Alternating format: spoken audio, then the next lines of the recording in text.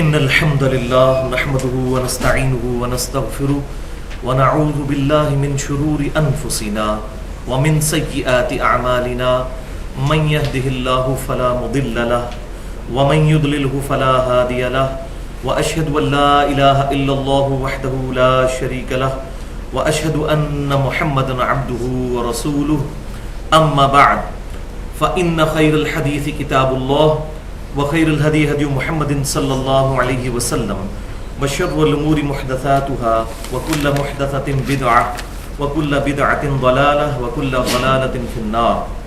أعوذ بالله السميع العليم من الشيطان الرجيم من همزه ونفخه ونفثه. بسم الله الرحمن الرحيم. رب اشرح لي صدري ويسر لي أمري واحلل عقدة من لساني يفقهوا قولي. بسم الله الرحمن الرحيم. إن الله وملائكته يصلون على النبي يا أيها الذين آمنوا صلوا عليه وسلموا تسليما. اللهم صل على محمد وعلى آل محمد كما صليت على إبراهيم وعلى آل إبراهيم إنك حميد مجيد. اللهم بارك على محمد وعلى آل محمد كما باركت على إبراهيم وعلى آل إبراهيم إنك حميد مجيد. آج قرآن کلاس نمبر 99 میں 13 اپریل 2013 کو ہفتے کے دن انشاءاللہ تعالی ہم عقیدہ حاضر و ناظر کو ان ڈیٹیل ڈسکس کریں گے، جو پھر صوفیاء کے ہاں فنا فی شیخ کا عقیدہ بھی آیا، خصوصاً ہمارے اہل سنت کہلوانے والے تینوں گروہوں میں سے پہلے نمبر پر بریلوی مکتبہ فکر اور دوسرے نمبر پر دیوبند، ان کے اندر یہ عقیدہ پھر راسخ ہوا، اس کا انشاءاللہ انالیسز کریں گے. پچھلے دو مسلسل لیکچر سورۃ الانعام کی آیت نمبر 50 کے کانٹیکسٹ میں ہوئے ہیں، جو مسئلہ نمبر 6A اور 6B کے نام سے اہل سنت پاک .com پر ہمارے یوٹیوب کے چینل 720085 کے تحت اپلوڈ ہو چکے ہیں. وہ دو لیکچر جو تھے ان میں پہلا لیکچر تھا مسئلہ نمبر 6A، عقیدہ علم الغیب سے متعلق فرقہ وارانہ نظریات کا تحقیقی جائزہ، جو کہ 88 منٹ کی گفتگو تھی. اور اس کے بعد دوسرا لیکچر تھا مسئلہ نمبر 6B، الہام، کشف اور خوابوں کی حقیقت سے متعلق فرقہ وارانہ نظریات کا تحقیقی جائزہ، وہ 108 منٹ کی گفتگو. ان لیکچرز کے ساتھ ایک اور کمپلیمنٹری ٹاپک، ایک جڑا ہوا مضمون ہے، اور میں چاہ رہا ہوں کہ اس کو یہیں پر ایڈریس کر لیا جائے تاکہ اس حوالے پر کوئی تشنگی باقی نہ رہے. اور وہ ٹاپک ہے عقیدہ حاضر و ناظر، جو ہمارے سب کانٹیننٹ میں اس نام سے جانا جاتا ہے. ویسے پوری دنیا کے اندر صوفیاء کا یہ عقیدہ سینکڑوں سالوں سے موجود ہے.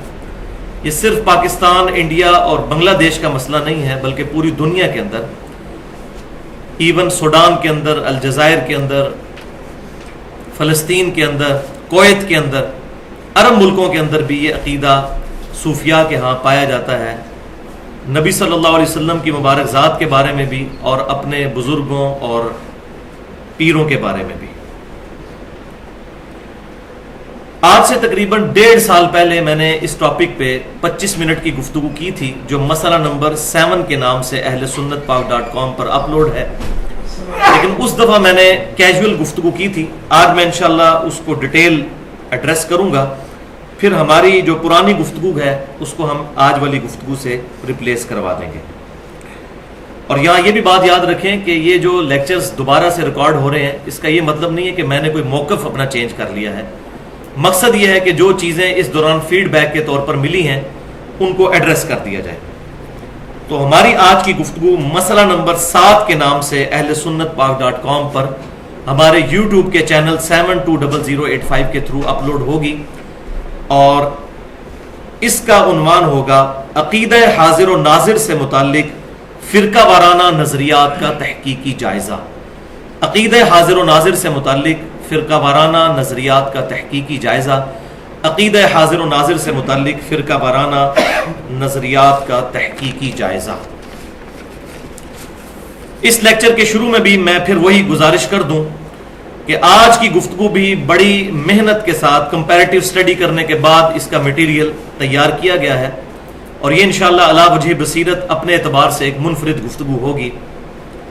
میں خود بھی 31 سال تک چونکہ بریلوی رہا، اور اس کے بعد 2008 میں جو بند مکتبہ فکر کے ساتھ بھی کچھ وقت گزرا، اس کے بعد اہل حدیث کے ساتھ بھی، اور پھر اہل تشیع کے ساتھ بھی، اب بھی سب کی باتیں سنتا ہوں، اور جو حق بات کسی کی ہوتی ہے قبول کر لیتا ہوں، اور جہاں پر غلطی نظر آتی ہے اصلاح کرنے کی کوشش کرتا ہوں۔ اور بھائیوں، میں پھر وہی اعلان کروں کہ میری روٹی چونکہ دین کے ساتھ جڑی ہوئی نہیں ہے، انشاءاللہ میں بغیر کسی بھی شخصیت اور مکتبہ فکر کے خوف کے حق بات امت تک پہنچانے کی کوشش کروں گا انشاءاللہ تعالی۔ میں نے فرقہ واریت کو 3 طلاقیں دے کر اور 4 تکبیریں پڑھ کر دفنا دیا ہے، اور میرے حق میں دعا کریں، بلکہ تمام مسلمانوں کے حق میں دعا کریں کہ اللہ تعالیٰ اس دن سے پہلے کہ ہماری روٹی ہمارے دین کے ساتھ جڑ جائے، اللہ تعالیٰ ہمیں اس دن سے پہلے ایمان و عافیت کے ساتھ مدینہ شریف میں موت، جنت البقیع میں مدفن، اور جنت الفردوس میں اپنے محبوب صلی اللہ علیہ وسلم کا پڑوس نصیب فرما دے۔ آج کے لیکچرز میں جتنی آیات آنی تھی، تقریباً 12 کے قریب آیات ہیں جو امپورٹنٹ ہیں، ان کے لیے الگ سے آپ کو ایک کراس ریفرنس کے طور پر پیپر مل چکا ہے، اس پہ وہ 12 کی 12 آیات اسی انٹلیکچوئل ترتیب کے ساتھ درج ہیں۔ جہاں تک احادیث کا تعلق ہے تو صرف کرٹیکل احادیث کے میں انٹرنیشنل نمبر بتا دوں گا، علماء حرمین اور بیروت کی انٹرنیشنل نمبرنگ کے مطابق، جس کے مطابق عربی نسخے جو ہیں احادیث کی کتابوں کے چھپتے ہیں، اور ہمارے اس ملک پاکستان میں بھی دارالاسلام پبلیکیشن اسی کے مطابق کتابیں چھاپتا ہے۔ ٹائم بچانے کے لیے باقی احادیث کے صرف ریفرنس بتاؤں گا کہ یہ کس کتاب سے ہے، بخاری سے ہے، مسلم سے ہے، نمبرز نہیں بتاؤں گا۔ پھر بھی اگر کسی کوئی کیوری ہو تو لیکچر کے اینڈ پہ مجھ سے سوال کر سکتے ہیں، اور میرا ای میل ایڈریس ہے mirza_95@yahoo.com۔ اور یہ میں جو اپنا ای میل بار بار بتا رہا ہوں، اس کی وجہ یہ ہے کہ کچھ بدبخت لوگوں نے میرے ویڈیوز کے اوپر ڈبنگ کر کے اور دوسروں کی آوازیں بھر کے تو یوٹیوب پہ اپلوڈ کی ہوئی ہیں، صرف بدنام کرنے کے لیے۔ لیکن الحمدللہ حق بات چھپی نہیں رہتی، لوگوں کو پتہ ہے کہ یہ میری آواز ہے بھی ہے یا نہیں، اور گفتگو کے عنوان سے بھی پتہ چل جاتا ہے۔ آج کے لیکچر میں کل 3 اہم علمی پوائنٹس میں ڈسکس کروں گا۔ لیکچر میں انٹرسٹ کے لیے میں شروع میں ہی بتا دیتا ہوں، پہلا علمی پوائنٹ ہوگا عقیدہ حاضر و ناظر کی ڈیفینیشن سے متعلق، کہ عقیدہ حاضر و ناظر ہے کیا، اور اسی میں ساتھ پھر وہ ٹروتھ بھی ریویل کروں گا کہ اس عقیدے کا بانی کون ہے۔ انڈیا، پاکستان اور بنگلہ دیش کے سب کانٹیننٹ کے ایریے میں کون سا شخص ہے جس نے پہلی دفعہ امت کو اس ڈگر پر چلایا، اور معذرت کے ساتھ وہ اہل سنت کہلوانے والے تینوں گروہ بریلوی، دیوبندی اور سلفی یعنی اہل حدیث کے مشترکہ بزرگ ہیں۔ میں انشاءاللہ ان کا نام بعد میں بتاؤں گا۔ دوسرے پوائنٹ پہ قرآن پاک کی آیات اور احادیث جن سے ڈائریکٹلی عقیدہ حاضر و ناظر لوگوں نے ڈیڈکٹ کیا، ان کو انشاءاللہ ڈسکس کریں گے۔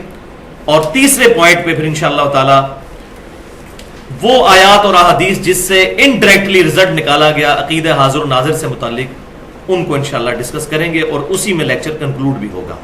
اور یہاں یہ بات یاد رکھیے، یہ جو عقیدہ حاضر و ناظر ہے، یہ بدقسمتی کے ساتھ اہل سنت اور اہل تشیع دونوں کے اندر آ چکا ہے صوفیاء کے زیر اثر۔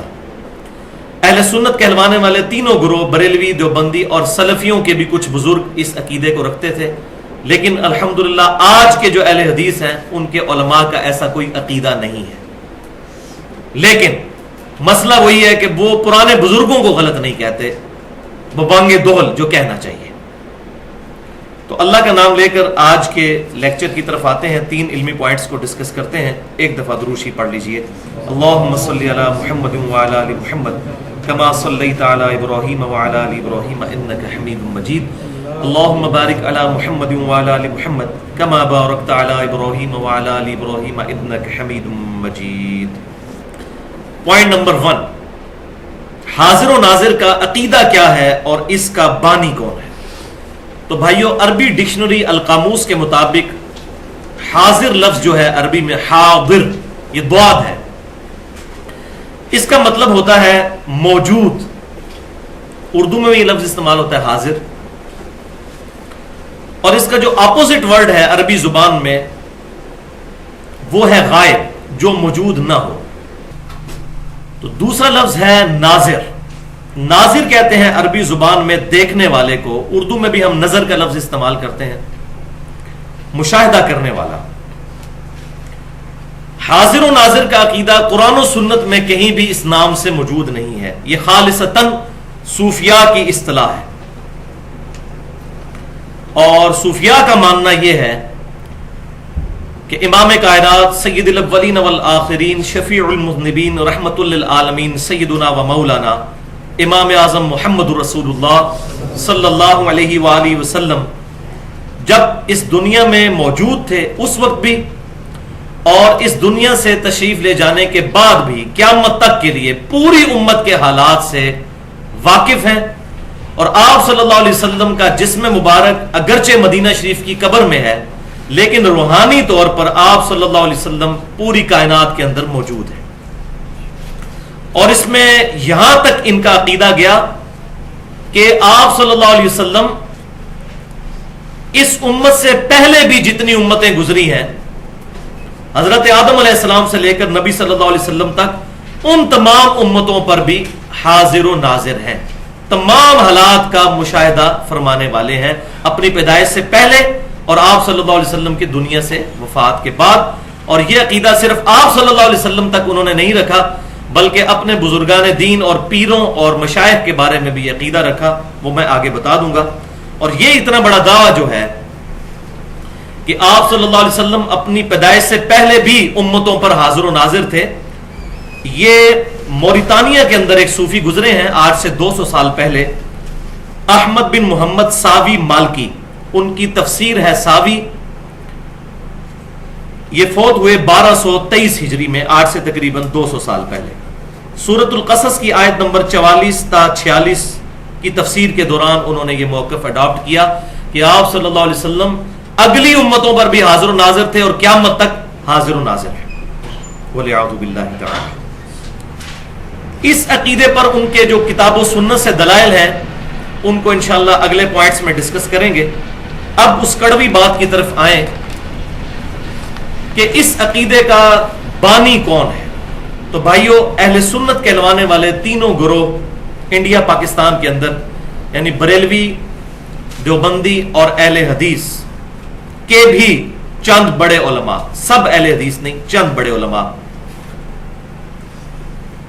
اس شخصیت کو بہت عزت اور احترام کہتے ہیں، اور اپنی کتابوں میں رحمت اللہ علیہ بھی لکھتے ہیں کہ ان کی احادیث کے لیے بڑی خدمات ہیں۔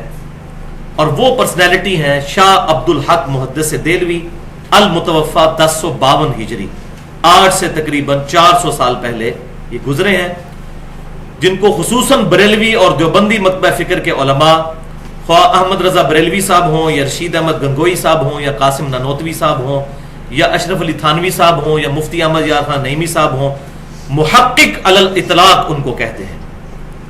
اور پاکستان میں اہل حدیث مکتبہ فکر میں سے ایک بڑے عالم کہ جو چند بڑے علماء کے استاد ہیں، ان میں سے ایک وہ شخصیت جو سعودی عرب میں بھی تبلیغ کا کام کر رہے ہیں پاکستان کی طرف سے، اور ان کے بھائی یہاں پر مناظرے کرتے ہیں، ان کے مشترکہ استاد عبداللہ بھاولپوری صاحب جو فوت ہو چکے ہیں، انہوں نے اپنی کتابوں میں اور خطبات میں عبد الحق محدث دہلوی کو بڑے تعریفی کلمات کے ساتھ اور رحمت اللہ علیہ لکھا ہے۔ لیکن یہ انصاف کی بات ہے کہ یہ ان کا جو پوائنٹ آف ویو ہے وہ ذاتی ہے، لیکن ظلم یہ ہے کہ جو لوگ احمد رضا بریلوی صاحب کو یا رشید احمد گنگوئی اور اشرف علی تھانوی صاحب کو اپنے لیکچرز کے اندر غلط ثابت کرتے ہیں، وہاں ان کو یہ نہیں بھولنا چاہیے کہ عبداللہ بھاولپوری صاحب بھی عبداللہ محدث دہلوی کو رحمت اللہ علیہ کہتے رہے ہیں، ان کا رد بھی کرنا چاہیے، یہی انصاف کا تقاضا ہے، ورنہ یہ دوغلی پالیسی ہے۔ تو بھائیو، عبداللہ محدث دہلوی جو ہیں، ان کی ایک مشہور کتاب ہے جو مارکیٹ میں اویلیبل ہے، مدارج النبوہ، اردو زبان میں ٹرانسلیشن ہو چکی ہے، عام مل جاتی ہے۔ اس کی جلد 1 صفحہ 135 اور 5ویں چیپٹر میں، جس کا نام ہے ذکر فضائل آن حضرت صلی اللہ علیہ وسلم، اس میں انہوں نے کتاب و سنت کے دلائل کے بغیر یہ عقیدہ امت کے اندر انجیکٹ کر دیا. ٹوٹی پھوٹی فارم میں صوفیاء کے ہاں یہ عقیدہ پایا جاتا تھا، لیکن اس کو لیگلائز کیا جس بندے نے، وہ عبدالحق محدث دہلوی ہے. تو یہ مدارج النبوہ کا میں نے حوالہ دے دیا، اس میں عبدالحق محدث دہلوی صاحب کیا لکھتے ہیں، یہ وہی بعض بزرگ فرماتے ہیں، حضرات فرماتے ہیں، اسی طرح شروع کیا. بعض عارفین فرماتے ہیں کہ نماز میں ایھا النبی کا خطاب اس لیے ہے کہ حقیقت محمدیہ صلی اللہ علیہ وسلم موجودات اور ممکنات کے ذرے ذرے میں موجود ہے. استغفر اللہ واتوب الیہ. یہ اکثر کہتے ہیں جو بریلویوں کا عقیدہ ہے جی نبی صلی اللہ علیہ وسلم ذرے ذرے میں موجود ہیں. یہ بریلویوں کا خالی عقیدہ نہیں ہے. بریلوی، دیوبندی اور چند اہل حدیثوں کے بزرگ، شاہ عبدالحق محدث دہلوی المتوفا 1052 ہجری، یہ ان کا عقیدہ ہے. یہ ایھا النبیوں کے عقیدے کو جو انہوں نے توڑ موڑ کر پیش کیا اور آدھی حدیث پیش کی بخاری اور مسلم کی، وہ میں بعد میں ایڈریس کرتا ہوں، فی الحال اس کو سنتے جائیں. اس لیے نمازوں کی ذات میں بھی موجود اور حاضر ہیں، لہذا نمازی اس معنی سے آگاہ رہے اور اس شہود سے غافل نہ ہو تاکہ قرب کے نور اور معرفت کے اسرار سے کامیاب ہو جائے. یہ انہوں نے عقیدہ دیا. یہی عقیدہ پھر دیوبند کے رشید احمد گنگوئی صاحب اور احمد رضا بریلوی صاحب اور مفتی احمد یا خان نعیمی صاحب نے جال حق میں نقل کیا. اور یہ رشید احمد گنگوئی صاحب وہ ہیں جن کو فضائل اعمال والے شیخ زکریا صاحب قطب الاقطاب لکھتے ہیں اپنی فضائل اعمال کے اندر، اور قطب الارشاد اور غوث وقت. تو میں پھر وہی بات کروں گا کہ ظلم تو یہ ہے کہ جب ان عقائد کا رد کیا جاتا ہے تو پھر ان صوفیاء کو جو کہ اگلے لوگ گزر چکے جنہوں نے ان عقیدوں کو امت میں انجیکٹ کیا، ان کو رحمت اللہ علیہ کہا جاتا ہے. امام سیوطی رحمت اللہ علیہ المتوفا 911 ہجری، ان کی ایک کتاب شرح الصدور، احمد رضا بریلوی صاحب اور دیوبند مکتبہ فکر کے علماء کی جو تعلیمات ہیں وہ ایک پلڑے میں رکھ دی جائیں، اس سے زیادہ گمراہیاں اس شرح الصدور کے اندر موجود ہیں. اتنی نبی صلی اللہ علیہ وسلم کی گستاخیاں کہ انہوں نے نبی صلی اللہ علیہ وسلم کی وفات کے 500 600 سال کے بعد کے واقعات لکھے ہیں کہ آپ صلی اللہ علیہ وسلم صحابہ سمیت جنازہ پڑھنے کے لیے امتیوں کا آتے تھے، اور ان کو سارے امام سیوطی کہہ رہے ہیں. لیکن الحمدللہ میں حق گو آدمی ہوں، میں سب کو ایک ہی پلڑے میں رکھتا ہوں. تو میں آج اپنا مقدمہ بریلوی، دیوبندی اور اہل حدیث عوام کی عدالت میں پیش کر رہا ہوں، علماء نہیں، کہ خود فیصلہ کریں کہ جن لوگوں کے یہ عقیدے ہوں ان کو رحمت اللہ علیہ کہنا چاہیے یا ان کے لیے نرم گوشہ رکھنا چاہیے. ہاں لعنت اللہ علیہ نہ کہیں، نہ ان کو کافر کہیں، لیکن کم از کم رحمت اللہ علیہ تو کہنا چھوڑ دیں. تو ان بزرگوں کے ذرا حوالے بھی ملاحظہ فرمائیے. پہلا حوالہ دیوبند مکتبہ فکر کے سب سے بڑے بزرگ رشید احمد گنگوہی المتوفا 1323 ہجری، یعنی تقریباً 8 سے 100 سال پہلے فوت ہوئے. ان کی کتاب ہے امداد السلوک، اس کے صفحہ نمبر 10 پر لکھتے ہیں فنا فی الشیخ کا عقیدہ، کہ پیر کے اندر فنا ہو جانا چاہیے انسان کو. یہ عقیدہ اپنے مریدین کو وہ سمجھا رہے ہیں. ظاہر ہے ان کو سمجھائیں گے تو تبھی ان کو بھی معاملہ لوگ کریں گے ویسا. وہ کہتے ہیں مرید یہ یقین رکھے کہ شیخ کی روح ایک جگہ میں محدود نہیں ہے، مرید دور ہو یا کہ نزدیک، اگرچہ پیر کے جسم سے دور ہے لیکن روحانیت سے دور نہیں. مرید کو چاہیے کہ ہر وقت پیر کا تصور رکھے اور دلی تعلق ظاہر بھی ہو، دل میں شیخ کو حاضر کر کے دل میں اپنے پیر سے مدد مانگے. اللہ کے حکم سے روح پیر اس پر القاء کر دے گی. اللہ کو بیچ میں ڈال دیا کہ اللہ کے حکم سے پیر کی روح القاء کر دے گی. انا للہ و انا الیہ راجعون. اس پہ میں وہی آیت پڑھوں گا، سورہ الزمر کی آیت نمبر 32. بسم اللہ الرحمن الرحیم. فمن اظلم ممن کذب علی اللہ، اس سے بڑھ کر ظالم کون ہے جو اللہ پر جھوٹی باتیں باندھتا ہے. اللہ کا حکم پیغمبروں کی طرف آتا ہے. اب اس میں امپلائڈ ہے شاید یہ اپنے بزرگوں کو پیغمبروں کا درجہ ہی دیتے ہیں. تبھی تو کسی بزرگ نے کلمہ پڑھوایا لا الہ الا اللہ چشتی رسول اللہ، اور کسی نے پڑھوایا لا الہ الا اللہ اشرف علی رسول اللہ والعیاذ باللہ تعالی. تو بھائیو یہ علم لدنی کے اوپر آج میں ایڈریس نہیں کروں گا، اس پہ میری تقریباً 82 منٹ کی گفتگو ہے. مسئلہ نمبر 55A کے نام سے اہل سنت پاک.com پر علم لدنی کے عقیدے کا تحقیقی جائزہ. اب احمد رضا بریلوی صاحب المتوفا 1340 ہجری، یہ بھی تقریباً 100 سال پہلے 1921 میں فوت ہوئے. وہ آپ کو پتا ہے کھلے ڈلے انسان تھے اور کوئی لحاظ نہیں کرتے تھے، آؤٹ سپوکن تھے، جس طرح میں بھی آؤٹ سپوکن ہوں. تو انہوں نے مزید کھول کے بتایا کہ فنافی شیخ کا عقیدہ کیا ہونا چاہیے، اس سے آپ کو مزید کھل جائے گا. ان کے ملفوظات ان کے اپنے بیٹے نے جمع کیے، مصطفیٰ رضا خان نوری صاحب، جن کو مفتی اعظم انڈیا بھی کہا جاتا تھا، 1981 میں مفوت ہوئے، جن کی وہ مشہور نعت ہے تو شمع رسالت ہے عالم تیرا پروانہ. یہ ان کے بیٹے تھے، انہوں نے اپنے والد کے ملفوظات خود جمع کیے ہیں. لہذا وہ جو ایک تھوک کے حساب سے حسن ظن ہم نے رکھا ہوتا ہے کہ جی پرانے بزرگوں کی کتابیں چینج ہو گئی ہیں، یہ ان کے عقیدے نہیں ہو سکتے. تو اس حسن ظن کو میں بتا رہا ہوں کہ وہ حسن ظن اتنا بھی سیدھا نہیں ہے. اپنے بیٹے نے ملفوظات جمع کیے، ہمارے جہلم شہر سے بھی بک کارنر نے چھاپے ہیں، اس کا پیج نمبر ہے 152 اور حصہ ہے دوسرا. اور یہ ملفوظات اعلی حضرت .net ایک ویب سائٹ ہے بریلی کی، خود ان کی اپنی جو لڑی آگے چل رہی ہے ان کی اپنی ویب سائٹ، اس پہ بھی اس کی سافٹ کاپیز رکھی ہوئی ہیں، کوئی چینج نہیں ہے جو میں پڑھنے لگا ہوں. فنافی شیخ کے مرتبے کے بارے میں ان سے پوچھا گیا کہ بتائیے یہ شیخ کا تصور کیسے کیا جائے گا. تو فرماتے ہیں ارشاد، یہ خیال رہے کہ میرا شیخ میرے سامنے ہے اور میرے قلب کو اور اپنے قلب کو اس کے قلب کے نیچے تصور کر کے سمجھے کہ سرکار صلی اللہ علیہ وسلم کے قلب انور سے انوارات چھلک کر میرے شیخ کے قلب پر اور وہاں سے میرے دل پر آ رہے ہیں. یہ ساری تھیوریٹیکل باتیں آپ دیکھ لیں. پھر کچھ عرصہ بعد یہ حالت ہو جائے گی کہ شجر و حجر یعنی درختوں میں اور پتھروں میں حتیٰ کہ دیواروں پر بھی شیخ کی صورت نظر آئے گی. وہ کہتے ہیں ہر جگہ آپ کو شیخ پھر نظر آنا شروع ہو جائیں گے، یہاں تک کہ نماز میں بھی جدا نہیں ہوگی. وَلِعَوْذُ بِاللَّهِ تَعَالَى. پھر ہر حال میں اپنے ساتھ ہی پاؤ گے. پھر انہوں نے مزید تسلی دلوانے کے لیے ایک واقعہ بھی ساتھ بیان کیا کہ میں آپ کو مزید سمجھاتا ہوں کہ فنافی شیخ کا عقیدہ کیا ہوتا ہے. وہ کہتے ہیں کہ سید عبدالعزیز دباغ، یہ وہ صوفی ہیں جو دیوبند اور بریلویوں کے مشترکہ بزرگ ہیں، ان کے ایک مرید تھے سیدی احمد، ان کی 2 بیویاں تھیں. اب مجھے شرم آ رہی ہے واقعہ بھی بیان کرتے ہوئے. تو فرمایا اپنے مرید سے کہ تم نے رات کو ایک بیوی کے جاگتے ہوئے دوسری بیوی کے ساتھ کیوں ہم بستری کی؟ ایسے مت کیا کرو. عرض کیا حضور وہ تو سو رہی تھی. فرمایا نہیں، سوتی نہ تھی، جاگ رہی تھی. حضور نے پتہ نہیں کیڑا کیمرہ فٹ کیتے ہیں. عرض کیا حضور آپ کو کیسے علم ہوا؟ فرمایا وہاں پر ساتھ ایک پلنگ رکھا ہوا تھا، یعنی وہ جو بیوی جاگ رہی تھی اس کے ساتھ کوئی پلنگ تھا.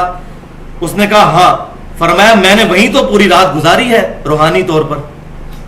شیخ مرید کے ساتھ ہر وقت ساتھ ہوتا ہے، اور یہ احساس رکھو کہ پیر کبھی اپنے مرید سے جدا نہیں ہوتا. وَلِعَاذُ بِاللَّهِ تَعَالَى اِنَّا لِلَّهِ وَإِنَّا إِلَيْهِ رَاجِعُونَ. اس میں میں سورۃ البقرہ کی آیت نمبر 165 پڑھوں گا. وَمِنَ النَّاسِ مَن يَتَّخِذُ مِن دُونِ اللَّهِ أَندَادًا يُحِبُّونَهُمْ كَحُبِّ اللَّهِ. کہ لوگوں میں ایسے لوگ بھی ہیں جو اللہ کو چھوڑ کر اور ہستیوں سے ایسی محبت کرتے ہیں جو محبت ان کو اپنے رب کے ساتھ رکھنی چاہیے. وَالَّذِينَ آمَنُوا أَشَدُّ حُبًّا لِلَّهِ. اور ایمان والے شدید ترین محبت اپنے رب کے ساتھ رکھتے ہیں. اب یہ دیکھ لیں، دیواروں پر، درختوں پر، نماز میں بھی پیر کی صورت نظر آئے گی. یہ فنافی شیخ کا عقیدہ انہوں نے امت کو بتایا. وَلِعَاذُ بِاللَّهِ تَعَالَى. اب کتنے لوگ سوچیں گے جی اتنے بڑے بڑے بزرگ، اتنے بڑے بڑے بزرگ پاگل تھے. اب آپ خود فیصلہ کر لیجئے. ان کو بچانا ہے تو پاگل ہی ڈکلیئر کریں. کوئی پاگل ہی ایسی بات کر سکتا ہے. اگر انہوں نے جان بوجھ کے کی ہے پھر وہ پاگل نہیں تھے، پھر کچھ اور ہی تھے. پھر تو اس پر میں نے مسئلہ نمبر 71B کے نام سے ایک گفتگو کی ہے، تقریباً 2.25 گھنٹے کی. انڈیا پاکستان کے بزرگوں کی 19 گستاخانہ عبارتوں کا تحقیقی جائزہ. یہاں پر یہ بات یاد رکھیے کہ اللہ تعالیٰ کے لیے بھی حاضر و ناظر کا لفظ اپروپریٹ نہیں ہے. حاضر اردو زبان میں ذرا معیوب بھی ہے. حاضر تو ہمیشہ غلام جو ہے وہ اپنے آقا کی بارگاہ میں ہوتا ہے، تو اللہ کے لیے بھی ہم یہ لفظ نہ استعمال کریں کہ اللہ حاضر و ناظر ہے. عربی زبان میں ٹھیک ہے حاضر موجود کو کہتے ہیں، لیکن یہ اپروپریٹ ورڈ نہیں ہے، اس کے اندر بد عقیدگی کی بو آتی ہے. اس کے پیرلل میں ایک لفظ ہے عالم و ناظر، یہ لفظ استعمال کیا کریں. اب جس کسی کو سنے نا کہ اللہ حاضر و ناظر ہے، اس کو کہنے یہ لفظ غلط استعمال کر رہے ہو. عالم و ناظر، علم والا اور دیکھنے والا. حاضر کا لفظ استعمال کریں گے تو اس میں پھر وہ بد عقیدگی کی بو آتی ہے جو ہماؤست کا عقیدہ ہے، پینتھیزم کا عقیدہ. صوفیاء کے ہاں وحدت الوجود کا عقیدہ آیا، اللہ تعالیٰ یونیورس کے کائنات کے ذرے ذرے میں موجود ہے. معاذ اللہ، استغفر اللہ. تو پھر اس کے بعد وہ خالق اور مخلوق کا فرق تو ختم کر دیتے ہیں. جب اللہ تعالیٰ کائنات کے ذرے ذرے میں موجود ہے، پھر خالق اور مخلوق کا فرق تو ختم ہو گیا.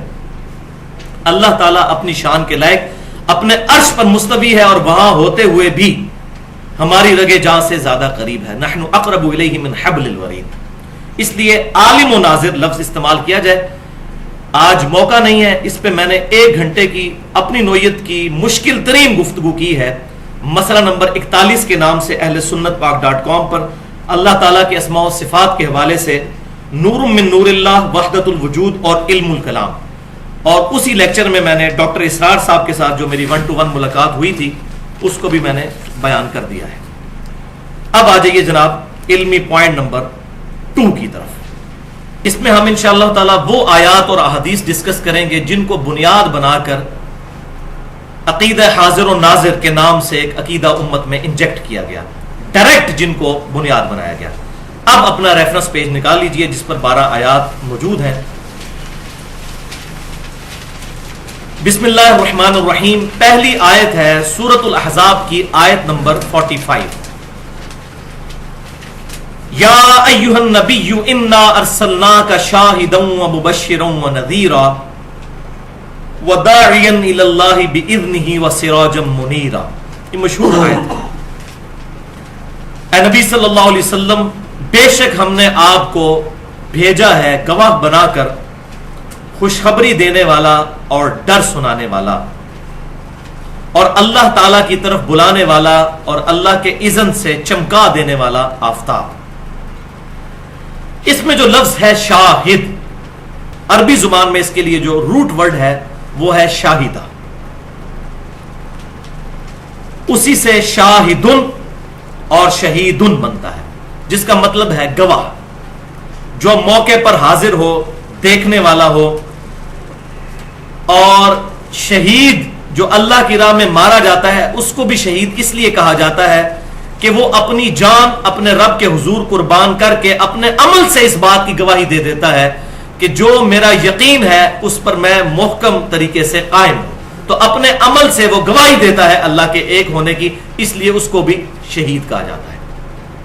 قرآن پاک میں شہید کا لفظ جہاں بھی استعمال ہوا یا شاہد کا لفظ، تو یہ لفظ لغت کے معنوں میں استعمال نہیں ہوا، الا یہ کہ چند ایک موقعوں کے اوپر.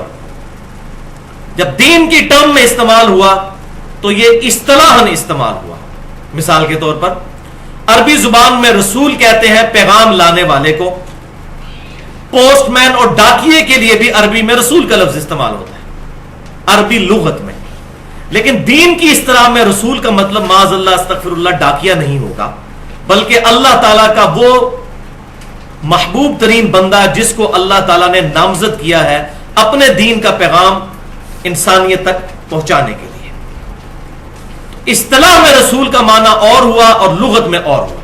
بالکل اس طریقے سے شاہد اور شہید کا معنی لغت میں تو ہے گواہ، حاضر، موجود، لیکن اسلام کی اصطلاح میں اس کا معنی کچھ اور ہے. اور وہ کیا ہے؟ وہ اگلی آیت پڑھیے، ریفرنس نمبر 2 سورۃ النساء آیت نمبر 41 ہے. بسم اللہ الرحمن الرحیم. فَكَيْفَ إِذَا جِئْنَا مِن كُلِّ أُمَّةٍ بِشَهِيدٍ. پس وہ وقت کیسا ہوگا جبکہ ہم ہر امت میں سے ایک گواہ کو اٹھائیں گے. وَجِئْنَا بِكَ عَلَى هَؤُلَاءِ شَهِيدًا.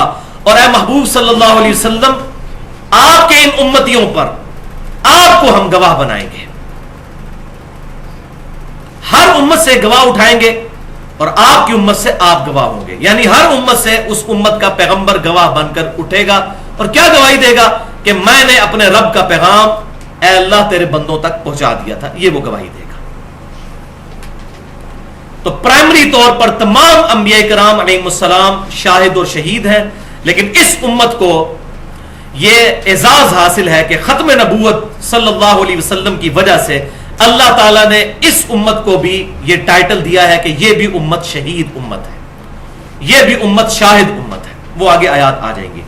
پہلے میں اس آیت کے کانٹیکسٹ میں سورۃ النساء کی آیت نمبر 41 کے کانٹیکسٹ میں صحیح بخاری اور صحیح مسلم کی ایک حدیث ہے وہ بیان کر دوں کہ سیدنا عبداللہ ابن مسعود رضی اللہ تعالیٰ عنہ کہتے ہیں، امام بخاری اس کو کتاب التفسیر میں لے کر آئے اسی آیت کی تفسیر میں، اور یہ مسلم میں بھی ہے حدیث، کہ ایک دن آپ صلی اللہ علیہ وسلم نے مجھ سے فرمائش کی کہ عبداللہ مجھے قرآن سناؤ۔ تو میں نے عرض کیا اللہ کے رسول صلی اللہ علیہ وسلم قرآن تو آپ پر نازل ہوا، میں آپ کو قرآن سناؤں؟ تو آپ صلی اللہ علیہ وسلم نے فرمایا کہ مجھے دوسروں سے قرآن سن کر لطف حاصل ہوتا ہے۔ تو سیدنا ابن مسعود رضی اللہ تعالیٰ عنہ کہتے ہیں کہ میں نے قرآن کی تلاوت کرنا شروع کی اور سورۃ النساء کی۔ جب میں اس آیت پر پہنچا فَكَيْفَ إِذَا جِئْنَا مِن كُلِّ أُمَّةٍ بِشَهِيدٍ وَجِئْنَا بِكَ عَلَى هَؤُلَاءِ شَهِيدًا، پس وہ وقت کیسا ہوگا جب ہم ہر امت میں سے ایک گواہ یعنی پیغمبر کو اٹھائیں گے اپنی امت کے خلاف گواہی دینے کے لیے، اور اے محبوب صلی اللہ علیہ وسلم آپ کو ہم آپ کی امت پر گواہی دینے کے لیے اٹھائیں گے۔ تو سیدنا ابن مسعود کہتے ہیں حضور صلی اللہ علیہ وسلم نے مجھے کہا عبداللہ بس کرو، عبداللہ بس کرو، اور میں نے نبی صلی اللہ علیہ وسلم کی طرف دیکھا تو آپ صلی اللہ علیہ وسلم کے چشمان کرم سے مسلسل آنسو جاری تھے کہ مجھے اپنی امت کے خلاف قیامت والے دن گواہی دینے کی۔ ہمیں تو بچپن سے بتایا گیا کہ نبی صلی اللہ علیہ وسلم ہماری شفاعت کریں گے، انشاءاللہ ہم امید رکھتے ہیں کہ شفاعت ہو، لیکن جن لوگوں نے قرآن کو چھوڑ دیا نبی صلی اللہ علیہ وسلم ان کی شکایت بھی لگائیں گے۔ سورۃ الفرقان کی آیت نمبر 30 ہے، بسم اللہ الرحمن الرحیم، وقال الرسول یا رب ان قوم اتخذوا هذا القرآن مہجورا، اور محبوب صلی اللہ علیہ وسلم قیامت والے دن شکایت کریں گے کہ اے اللہ میری امت نے قرآن کو پیٹھ کے پیچھے ڈال دیا تھا۔ استغفر اللہ واتوب الیہ۔ اب مجھے بتائیں کہ جس کی شکایت امام کائنات سید الاولین والآخرین شفیع المذنبین رحمت للعالمین سیدنا و مولانا امام اعظم محمد رسول اللہ صلی اللہ علیہ وسلم لگا دیں، اس کی شفاعت پھر کون کرے گا؟ جس طرح نبی صلی اللہ علیہ وسلم شہادت علی الامہ دیں گے، پوری امت پر گواہ ہے، یہ امت آپ صلی اللہ علیہ وسلم کے بہاف پر پوری انسانیت کے اوپر گواہ ہے، اور اس کا ذکر آیا ہے سورۃ البقرہ کی آیت نمبر 143 میں، جو آپ کے ریفرنس پر تیسری آیت ہے۔ تو جو ہم پہلی آیت پڑھ چکے انا ارسلناک شاہدا ومبشرا ونذیرا، وہ ایک موقع ہے جہاں پر احمد رضا بریلوی صاحب نے ترجمہ کیا کہ اے نبی صلی اللہ علیہ وسلم ہم نے آپ کو حاضر و ناظر بنا کر بھیجا۔ شاہد کا ترجمہ انہوں نے لغت والا کیا، ترجمہ بالکل ٹھیک ہے، شاہد کا لغت میں ترجمہ کریں گے تو بالکل ٹھیک ہے۔ پھر اگر یہی مانا جائے گا، پھر جہاں جہاں نبی صلی اللہ علیہ وسلم یا کسی اور پیغمبر کے لیے رسول کا لفظ آیا، پھر وہاں وہاں ڈاکیہ اور پوسٹ مین بھی ترجمہ کیا جا سکتا ہے، معاذ اللہ استغفر اللہ، لغت کے اعتبار سے۔ لیکن قرآن میں اصطلاح چل رہی ہے، اصطلاح میں ترجمہ ان کا غلط ہے، اور قرآن اپنی حفاظت خود کرتا ہے۔ اب جو آیات دو آنے لگی ہیں وہاں پر احمد رضا بریلوی صاحب نے بھی ترجمہ ٹھیک کر دیا، اور اس لیے ترجمہ ٹھیک کر دیا کہ یہاں پر اگر یہ ترجمہ وہ نہ کرتے تو پوری امت کو حاضر و ناظر ماننا پڑ جاتا۔ تو قرآن اپنی حفاظت کرتا ہے، اسی لیے میں کہتا ہوں ترجمہ کسی کا مرضی پڑھ لیں، انشاءاللہ تعالی قرآن ہدایت کے لیے کافی ہے۔ کسی نے 2 نمبری بھی کی ترجمے میں کہیں نہ کہیں ڈنڈی اس کی پکڑی جائے گی۔ اب یہ 2 آیات وہ ہیں جن پر احمد رضا بریلوی صاحب نے بھی شہید کا اور شاہد کا اور شہداء کا ترجمہ حاضر و ناظر نہیں بلکہ گواہ کیا ہے، تو انہوں نے خود ہی اپنی وائلیشن کر دی۔ سورۃ البقرہ آیت نمبر 143، بسم اللہ الرحمن الرحیم، وَكَذَلِكَ جَعَلْنَاكُمْ أُمَّةً وَسَطًا، اور اے امت محمدیہ صلی اللہ علیہ وسلم ہم نے تمہیں بنایا ہے ایک معتدل امت، لِتَكُونُوا شُهَدَاءَ عَلَى النَّاسِ، تاکہ تم لوگوں پر اللہ کے گواہ بن کر کھڑے ہو جاؤ اللہ کی گواہی دینے کے لیے، وَيَكُونَ الرَّسُولُ عَلَيْكُمْ شَهِيدًا، اور رسول اللہ صلی اللہ علیہ وسلم تم پر گواہ بنے، وہ تم تک دین کا پیغام پہنچائیں گے، اللہ کی گواہی دیں گے، اور تم تصدیق کرنے کے بعد پوری انسانیت تک یہ پیغام پہنچاؤ گے۔ اور یہ میں اپنی طرف سے تشریح نہیں کر رہا، بخاری اور مسلم میں 2 حدیثیں موجود ہیں اس کی تشریح میں۔ میں وہ بیان کرتا ہوں. اسی طرح آیت سورۃ الحج کی آیت نمبر 78 جو ریفرنس پہ 4 نمبر ہے, اس آیت میں بھی احمد بریلوی صاحب نے حاضر و ناظر ترجمہ نہیں کیا بلکہ گواہی ترجمہ کیا. ملت ابیکم ابراہیم, پیروی کرو ابراہیم علیہ السلام جو تمہارے باپ تھے ان کے دین کی. وَسَمَّاكُمُ الْمُسْلِمِينَ, جنہوں نے تمہارا نام مسلمان رکھا تھا. یہ قرآن میں واحد موقع ہے جہاں پر مسلم کا لفظ صفت کے طور پر نہیں اسم کے طور پر آیا ہے, اور اسی کے تحت میں کہتا ہوں ہمیں مسلمان اپنے آپ کو کہنا چاہیے فرقہ واریت سے بالا تر ہو کر. من قبل, اس قرآن کے نزول سے پہلے, وفی ہذا, اور اس قرآن میں بھی اللہ نے تمہارا نام مسلم رکھا ہے. لیکون الرسول شہیدن علیکم, تاکہ رسول اللہ تم پر گواہ بنے. وتکونوا شہداء علی الناس, اور تم لوگوں پر گواہ بن کر کھڑے ہو جاؤ اللہ کے. تو یہ شہادت علی الناس, اس کے کانٹیکسٹ میں 2 احادیث بڑی کریٹیکل ہیں. پہلی حدیث صحیح بخاری اور صحیح مسلم کی متفقن علیہ حدیث ہے. بخاری میں انٹرنیشنل نمبر ہے 4406 اور مسلم کا انٹرنیشنل نمبر ہے 4383. یہ یوم النہر کا خطبہ ہے آپ صلی اللہ علیہ وسلم کا, یعنی وفات سے 2.5 مہینے پہلے 10 ذوالحجہ کو قربانی والے دن آپ صلی اللہ علیہ وسلم نے 10 ہجری میں یہ خطبہ دیا. ایک حجۃ الوداع کا خطبہ ہے یوم عرفہ والا, یہ اس سے بھی اگلا خطبہ ہے جو یوم النہر قربانی کے دن آپ صلی اللہ علیہ وسلم نے دیا, اور یہ بخاری اور مسلم دونوں میں ہے. کافی لمبا خطبہ ہے, اس میں الفاظ کچھ یوں بھی ہیں کہ تمہارے خون یعنی تمہاری جانیں, تمہارے مال اور تمہاری عزتیں ایک دوسرے پر اسی طرح حرام ہے جیسا کہ آج کا یہ مہینہ یعنی ذوالحجہ کا مہینہ, یہ شہر مکہ اور یہ دن یعنی 10 ذوالحجہ کا دن. اور بھی باتیں ارشاد فرمائیں. اینڈ پر آپ نے فرمایا کیا میں نے تم تک دین کا پیغام پہنچا دیا؟ سب نے بیک زبان کہا بلا یا رسول اللہ, یا رسول اللہ صلی اللہ علیہ وسلم آپ نے پہنچا دیا. پھر آپ صلی اللہ علیہ وسلم نے اللہ تبارک و تعالیٰ کو گواہ بناتے ہوئے کہا اے اللہ گواہ رہنا.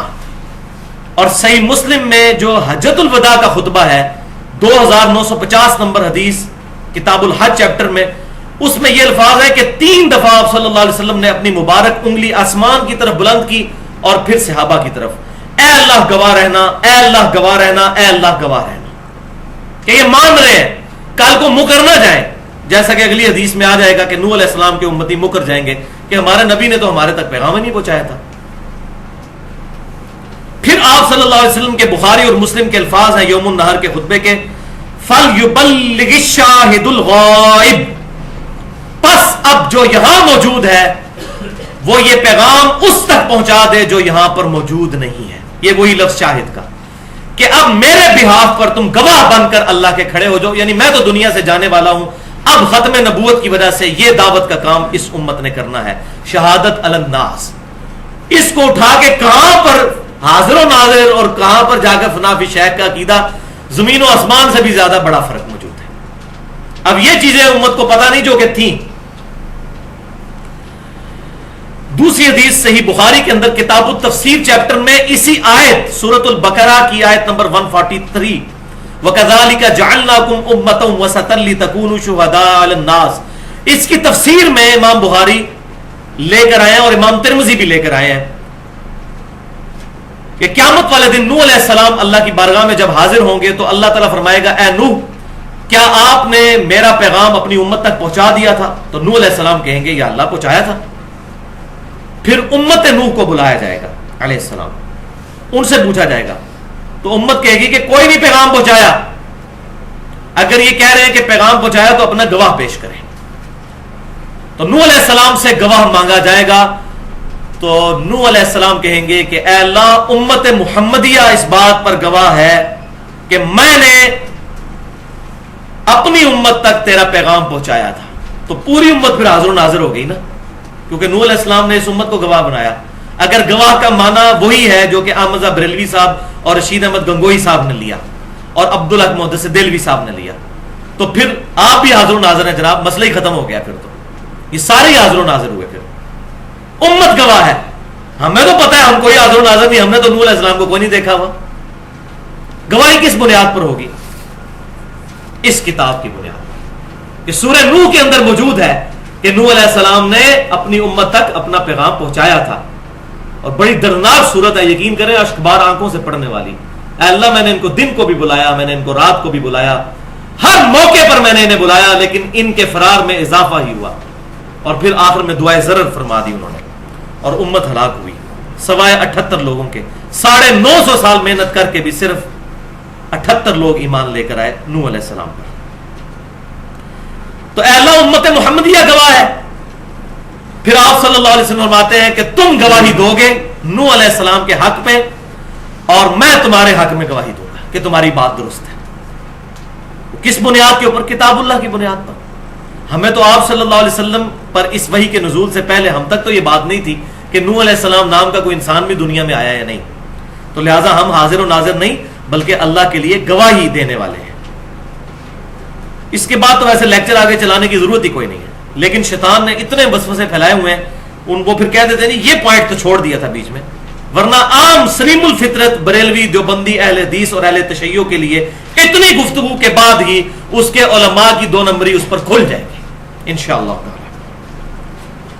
لیکن افسوس کہ وہی بات پھر اس سب کانٹیننٹ میں 2 بڑے بڑے بزرگ جن کو بریلوی دیوبندی اور بعض اہل حدیث بھی بہت بڑا بزرگ مانتے ہیں, پہلے نمبر والے کو تو ضرور مانتے ہیں, وہ ہے شاہ عبد العزیز محدث دہلوی, المتوفا 1239 ہجری, آج سے تقریباً 200 سال پہلے.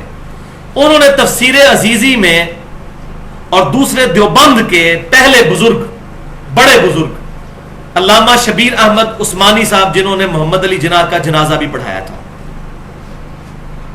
انہوں نے تفسیر عثمانی میں, اور یہ فوت ہوئے 1369 ہجری میں. ان دونوں نے تفسیر یہ سورۃ البقرہ کی, میں نے تفسیر کی صحیح بخاری سے, انہوں نے خود سے تفسیر کی, اور انہوں نے کہا کہ آپ صلی اللہ علیہ وسلم امت پر گواہ ہیں, کیونکہ پوری امت کے نامہ اعمال آپ صلی اللہ علیہ وسلم کی قبر انور میں آپ صلی اللہ علیہ وسلم پر پیش کیے جاتے ہیں, اس لیے امت کی گواہی دیں گے. چلو یہ تو مسئلہ حل کر لیا, تو امت کیسے پھر گواہ ہوئی؟ ہماری قبروں میں بھی نوح علیہ السلام کی امت کے نامہ اعمال پیش کیے جائیں گے, یہ مطلب پھر بنا لیا جائے. اور ہمارے سعودی عرب کے جو بھولے بھالے علماء ہیں وہ بھی 1980 تک حاجیوں کو یہ تفسیر مفت بانٹتے رہے. پھر ان کو بعد میں پتا چلا کہ اس میں تو ایسے ایسی بدعقیدگیاں لکھی ہیں, تو پھر انہوں نے سارے نسخے ریٹریو کر کے ان کو ختم کیا. اب جو ماشاءاللہ قرآن احسن البیان, وہ پاکستان کے ایک بڑے اہل حدیث عالم ہیں صلاح الدین یوسف صاحب, ان کا لکھا ہوا, وہ الحمدللہ کافی حد تک اس طرح کی بدعقیدگیوں سے پاک ہے. تو انہوں نے کہا رسول اللہ صلی اللہ علیہ وسلم پر نامہ اعمال پیش کیے جاتے ہیں, اس لیے قیامت والے دن گواہی دیں گے. بھائیو, صحیح مسلم اور جامعہ ترمذی میں حدیث موجود ہے کہ ہر سوموار اور ہر جمعرات کو اللہ کی بارگاہ میں نامہ اعمال پیش کیے جاتے ہیں. اور جامعہ ترمذی میں حدیث آگے چلتی ہے کہ آپ صلی اللہ علیہ وسلم سوموار کا روزہ اور جمعرات کا روزہ اس لیے بھی رکھتے تھے. ایک تو وہ ریزن ہے جو صحیح مسلم میں ہے کہ آپ کی پیدائش کا دن اور وحی کے نزول کا دن ہے سوموار. ایک ریزن یہ بھی کہ میرے رب کے حضور میرا نامہ اعمال پیش ہوتا ہے. میں اللہ سے یہ خواہش رکھتا ہوں کہ اللہ کے حضور جب میرا نامہ اعمال پیش ہو تو میں روزے کی حالت سے ہوں, آپ صلی اللہ علیہ وسلم نے فرمایا.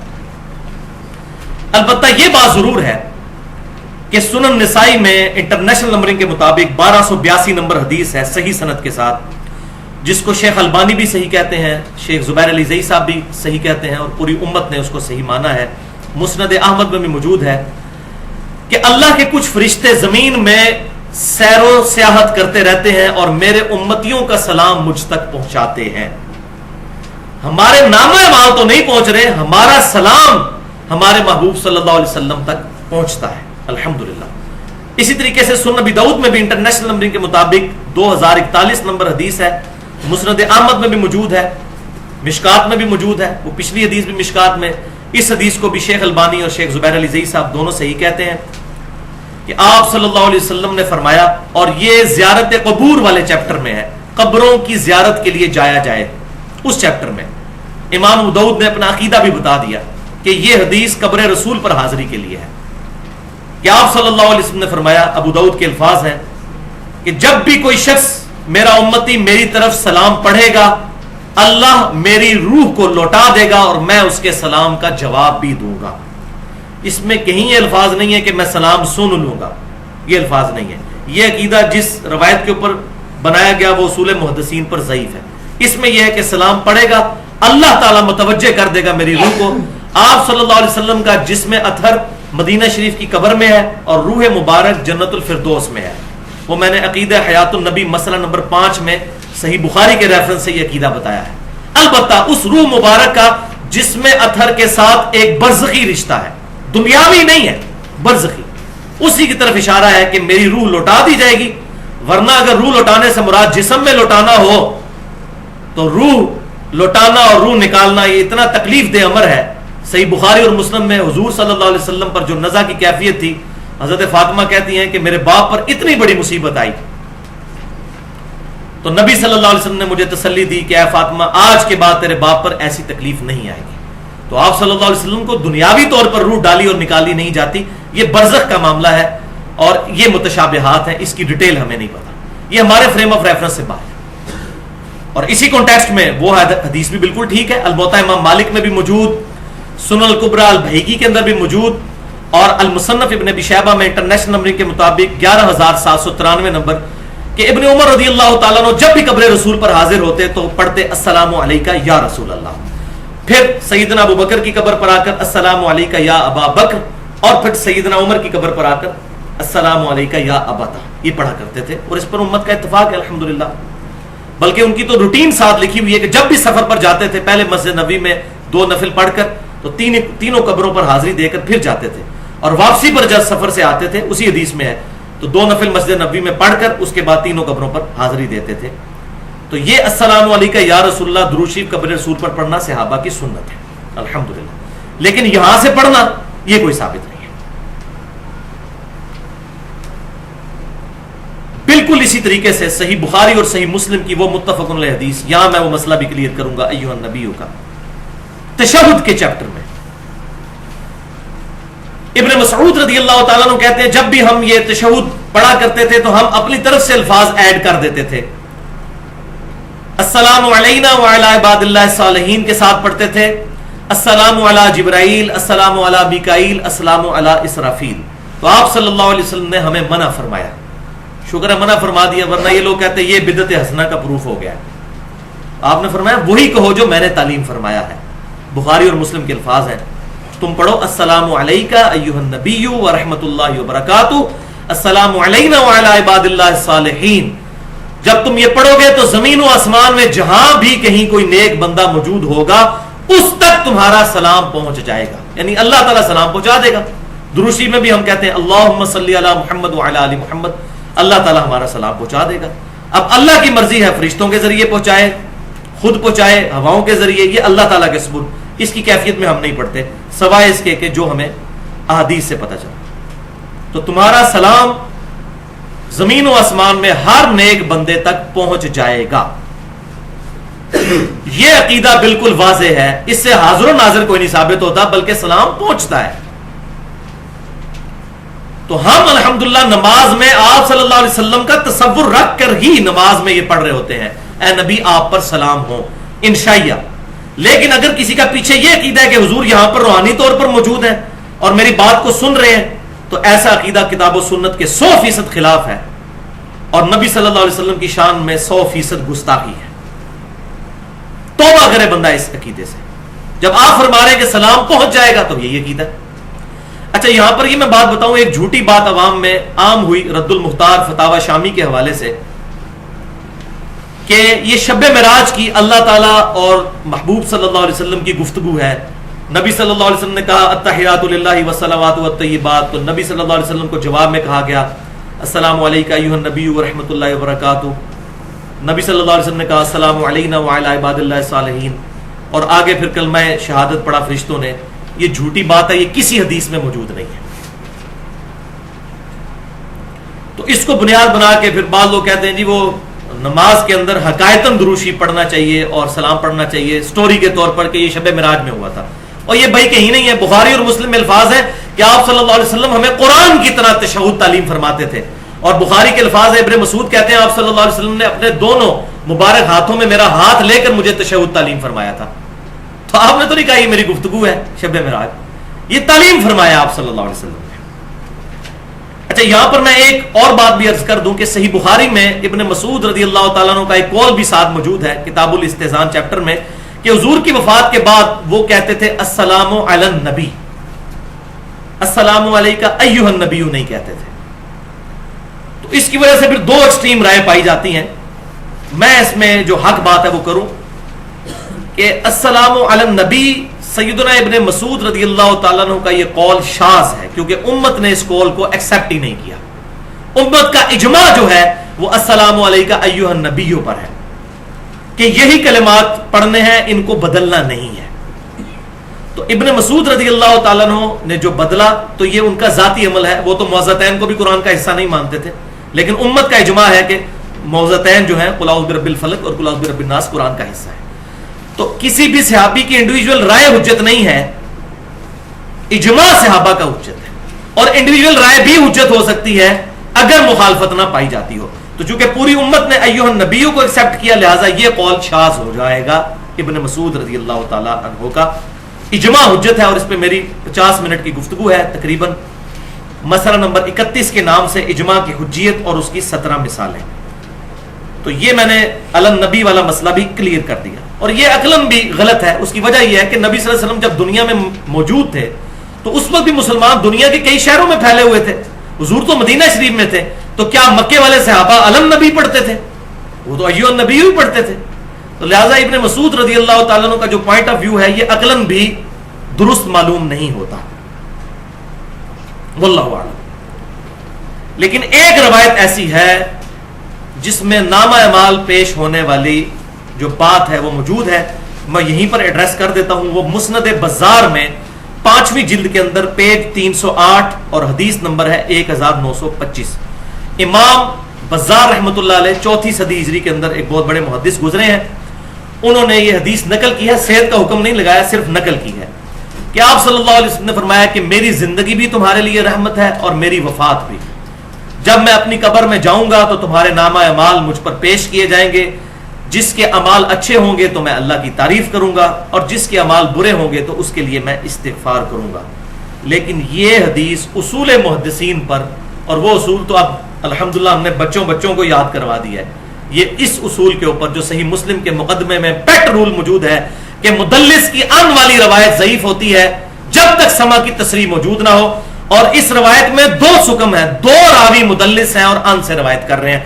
سفیان ثوری مدلس ہیں، ان سے روایت کر رہے ہیں، اور عبد المجید بن ابی داؤد مدلس ہیں، ان سے روایت کر رہے ہیں، اور یہ ضعیف راوی بھی ہے. دوسرا، اگر کوئی کہتا ہے میں صحیح مسلم کے اندر موجود محدثین کے اس رول کو نہیں مانتا کہ مدلس کی ان والی روایت سما کی تصریح کے بغیر ضعیف ہوتی ہے، تو اس کے لیے پھر یہ علمی جواب ہے، اینٹی وینم، کہ مسند احمد میں یہ روایت موجود ہے، اور مشکات میں انٹرنیشنل نمبرنگ کے مطابق 4902 مفاخرت اور عصبیت کے بیان میں کہ آپ صلی اللہ علیہ وسلم نے فرمایا کہ جو شخص اپنے جاہلی نسب پر فخر کرے اس کو کہو کہ اپنے باپ کا عضو تناسل کاٹ کے اپنے منہ میں رکھ لے، اور یہ بات کنائے سے نہ کرو، ڈائریکٹ اس کو کہو کہ اپنے باپ کی شرمگاہ کاٹ کے اپنے منہ میں رکھ لو. وَلِعَوْذُ بِاللَّهِ تعالی. اب یہ حدیث تو ہے، کہتے ہیں کہ حدیث تو ہے نا جی، ڈگری تو ڈگری ہوتی ہے، اصلی ہو یا جعلی. حدیث تو حدیث ہوتی ہے، جعلی ہو یا اصلی. تو یہ نہیں ہے. مسلم کی پہلی حدیث ہی یہی ہے، اور بخاری میں بھی ہے، جس نے میری طرف جھوٹی حدیث منسوب کی وہ اپنا مقام دوزخ میں دیکھ لے. تو یہ معاملہ بڑا سینسٹیو ہے. اگر ساری حدیثیں صحیح ہوتی تو حضور کو یہ بات کہنے کی ضرورت کیوں پیش آتی؟ منکرین حدیث اسی لیے پیدا ہوئے کہ اس قسم کی ساری روایات کو ایکسیپٹ کیا گیا. اللہ کروڑوں رحمت نازل فرمائے محدثین پر جنہوں نے اصول بنا کر حدیث کو پرکھا، تاکہ آج ہم منکرین حدیث کے منہ توڑ سکتے ہیں. الحمدللہ. تو یہ جو حدیث ہے اتنی بےہودہ، یہ قرآن کے بھی خلاف ہے. قرآن پاک میں ہے وَإِنَّكَ لَعَلَىٰ خُلُقٍ عَظِيمٍ، اے محبوب صلی اللہ علیہ وسلم آپ اخلاق کے بلند ترین درجے پر فائز ہیں. اور بخاری اور مسلم کی متفق علیہ حدیث ہے، نبی صلی اللہ علیہ وسلم میں کنواری لڑکیوں سے زیادہ شرم و حیا موجود تھی. آپ کیسے یہ بات ارشاد فرما سکتے تھے؟ اس حدیث میں حسن بصری مدلس ہیں اور ان سے روایت کر رہے ہیں، وہی رول جو کہ وہ اعمال پیش ہونے والی حدیث میں ہے. تو اگر کسی نے اس کو صحیح ماننا ہے تو اس کو بھی صحیح مان کے اپنے ایمان کا بیڑا غرق کر لے. اور حسن بصری تو تابعی ہے، 70 صحابہ کی صحبت کرنے والے، سفیان ثوری اور عبد المجید بن ابی داؤد سے ہزاروں گنا بڑے امام ہیں، لیکن ان کی بھی تدریس والی روایت نہیں مانی جاتی. یہ ساری اصطلاحات سمجھنے کے لیے اور خصوصاً قبر رسول صلی اللہ علیہ وسلم سے ریلیٹڈ جو احادیث امت میں عام کی گئی کہ قبر پر جا کر مانگا جائے. ایک اعرابی آیا, اس نے نبی صلی اللہ علیہ وسلم سے کہا کہ میں نے گناہ کیا ہے, میرے لیے دعا کیجئے. قبر سے آواز آئی, جو ہمارے اکثر بریلوی اور دیوبندی مکتبہ فکر کے بھائی پیش کرتے ہیں.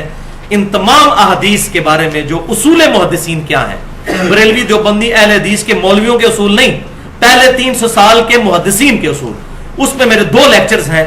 مسئلہ نمبر 36 ضعیف الاسناد اور من گھڑت احادیث کے فتنے کا تحقیقی جائزہ, 1.5 گھنٹے کی گفتگو. اور دوسرا مسئلہ نمبر 43 وسیلہ اور توسل کے صحیح احکام و مسائل, اس میں بھی 1.5 گھنٹے کی گفتگو میں میں نے 5 وسیلے بتائے جو جائز ہیں اور 1 جو ثابت نہیں ہے. اس میں میں نے قبر رسول سے ریلیٹڈ جو روایات ہیں, جو صحیح روایتیں وہ بھی بیان کی اور جو ضعیف ہیں وہ بھی بیان کی الحمدللہ. اب اگلے ریفرنس نمبر 5 پر آ جائیے. ایک اور دلیل بڑی مضبوط ان کے دلائل کے اعتبار سے جو پیش کرتے ہیں, سورۃ الاحزاب کی آیت نمبر 6. بسم اللہ الرحمن الرحیم. النبی اولا بالمؤمنین من انفسہم وازواجہ امہاتہم. ہمارے یہ نبی صلی اللہ علیہ وسلم مومنین کی جانوں سے زیادہ ان پر حق رکھتے ہیں اور ان کی بیویاں امت کی مائیں ہیں. الحمدللہ. اب اس کو دلیل بنایا قاسم ننوتوی صاحب نے بھی اور احمد بریلوی صاحب نے بھی حاضر و ناظر کے عقیدے پر. آپ حیران ہوں گے اس میں سے حاضر و ناظر کیسے نکلتا ہے. وہ دیکھیں کیسے نکالا انہوں نے کہا نبی صلی اللہ علیہ وسلم جانوں سے بھی زیادہ قریب ہیں. اب اردو زبان کا یہی تو مسئلہ ہے, وہ قریب سے مراد فزیکلی قریب نہیں ہے, دل کے قریب قربت. تو کہتے ہیں قریب ہے, اس کا مطلب ہے کہ حاضر و ناظر ہے. حالانکہ اگلا حصہ کیا ہے کہ ان کی بیویاں امت کی مائیں ہیں, یعنی نبی صلی اللہ علیہ وسلم اپنے امتیوں کے محبوب ترین انسان ہیں اور ان کی بیویاں امت کی مائیں ہیں. ماں کا درجہ ان کی بیویوں کو دیتے ہیں اور اپنے نبی سے سب سے بڑھ کر پیار کرتے ہیں. اولا, یہ تھا اس کا معنی, اور مطلب بنا دیا حاضر و ناظر. اور یہ تشریح میں اپنی طرف سے نہیں کر رہا, حضور صلی اللہ علیہ وسلم نے خود اس آیت کی تشریح کی ہے. صحیح بخاری میں اسی آیت کی تفسیر میں, امام بخاری پر قربان جاؤں, اس آیت کو ہیڈنگ بنا کر وہ حدیث لے آئے ہیں, النبی اولا بالمؤمنین من انفسہم. اور وہ کیا ہے کہ آپ صلی اللہ علیہ وسلم نے فرمایا کہ اس دنیا اور آخرت میں مومن کے سب سے زیادہ قریبی میں ہوں. مومن کے مرنے کے بعد اس کا ترکہ جو ہے, چھوڑا ہوا مال, تو وارثوں میں تقسیم ہوگا. لیکن اگر کسی مومن کے ذمہ کوئی قرض ہو تو میں اس کا ولی ہوں, مجھ سے آ کر اس کا قرض ڈیمانڈ کرو, میں اس کا سب سے زیادہ قریبی ہوں. جیسے عورت ولی کے بغیر شادی نہیں کر سکتی, تو حضور نے کہا میں اپنے مومنین کا سرپرست ہوں.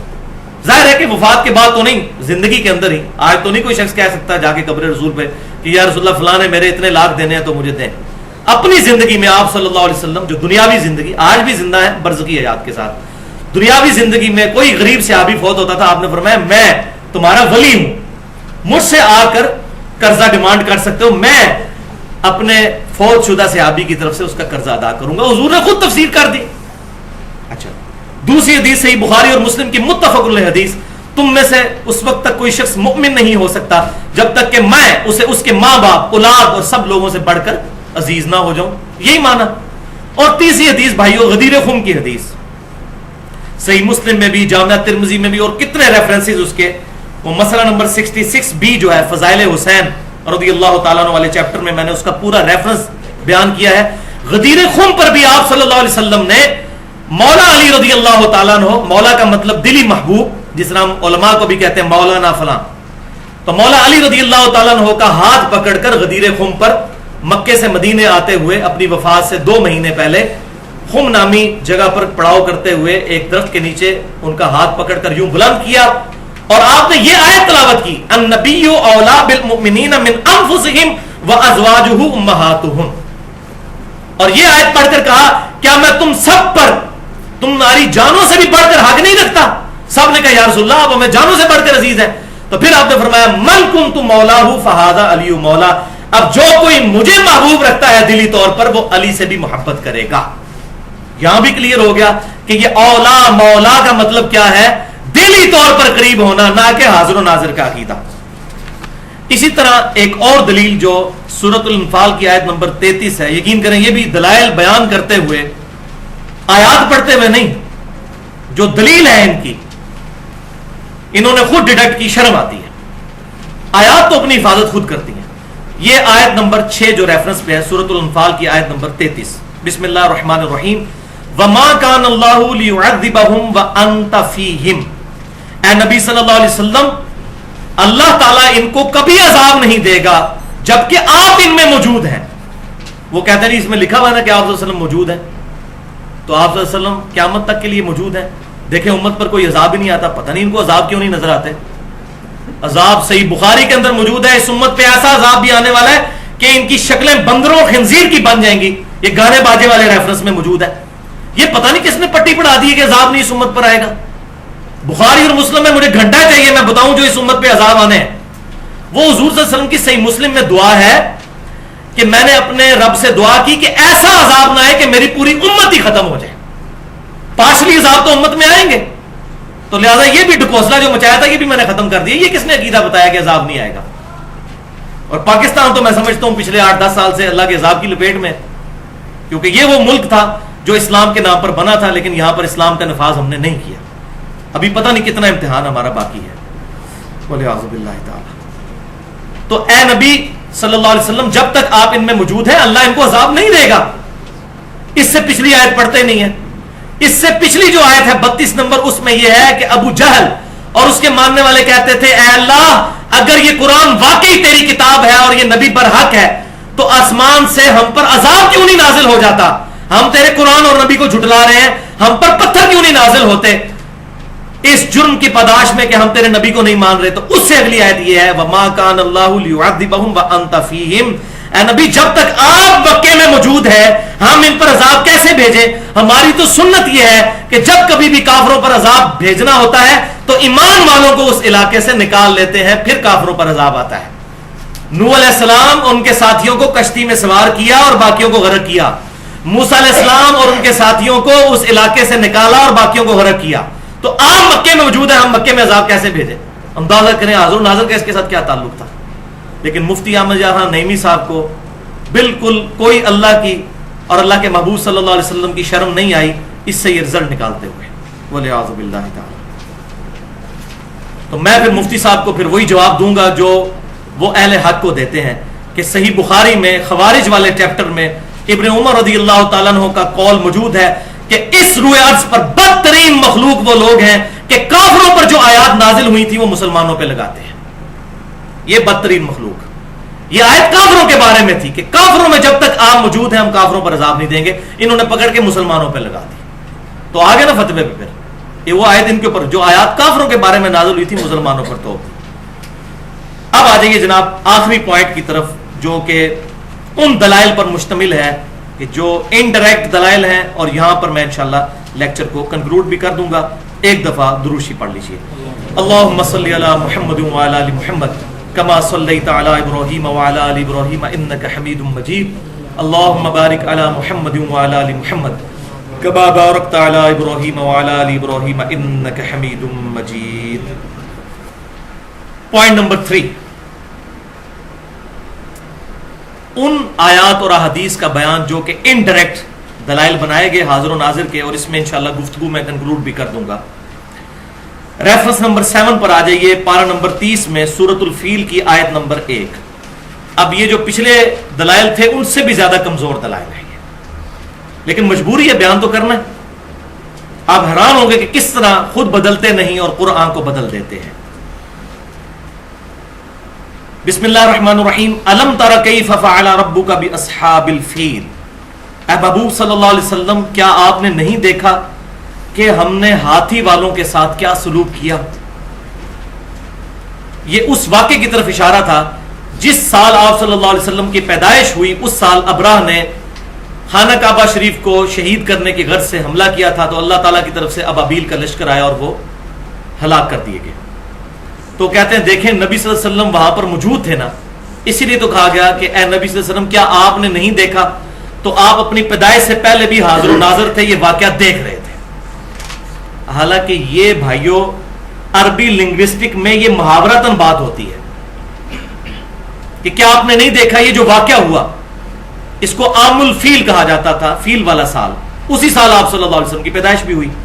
لیکن اگر کوئی کہتا ہے نہیں اس سے مراد ہے کہ آپ نے یہ واقعہ دیکھا ہے، تو اگلی آیت یہ ہے، اگر یہاں حاضر و ناظر مراد لیا جائے تو اگلی آیت ریفرنس نمبر 8 سورۃ الانبیاء کی آیت نمبر 30 ہے، اولم یر الذین کفروا ان السماوات والارض کانتا رتقا ففتقناہما، کیا کافروں نے نہیں دیکھا کہ زمین و آسمان ملے ہوئے تھے، ہم نے ان کو پھاڑ کر جدا کیا؟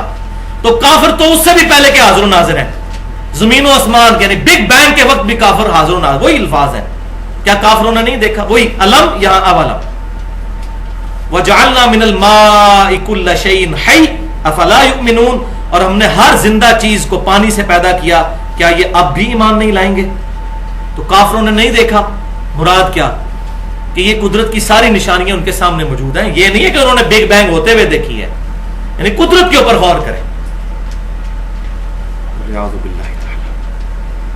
اس پہ میرا پورا لیکچر بھی ہے، who is Allah in the light of latest scientific facts, مسئلہ نمبر 60 کے نام سے، اللہ کون ہے جدید سائنسی حقائق کی روشنی میں، اس میں اسی آیت کو میں نے بنیاد بنایا ہے، بیولوجی کے پوائنٹ آف ویو سے بھی اور اسٹرانومی بگ بینگ کے پوائنٹ آف ویو سے۔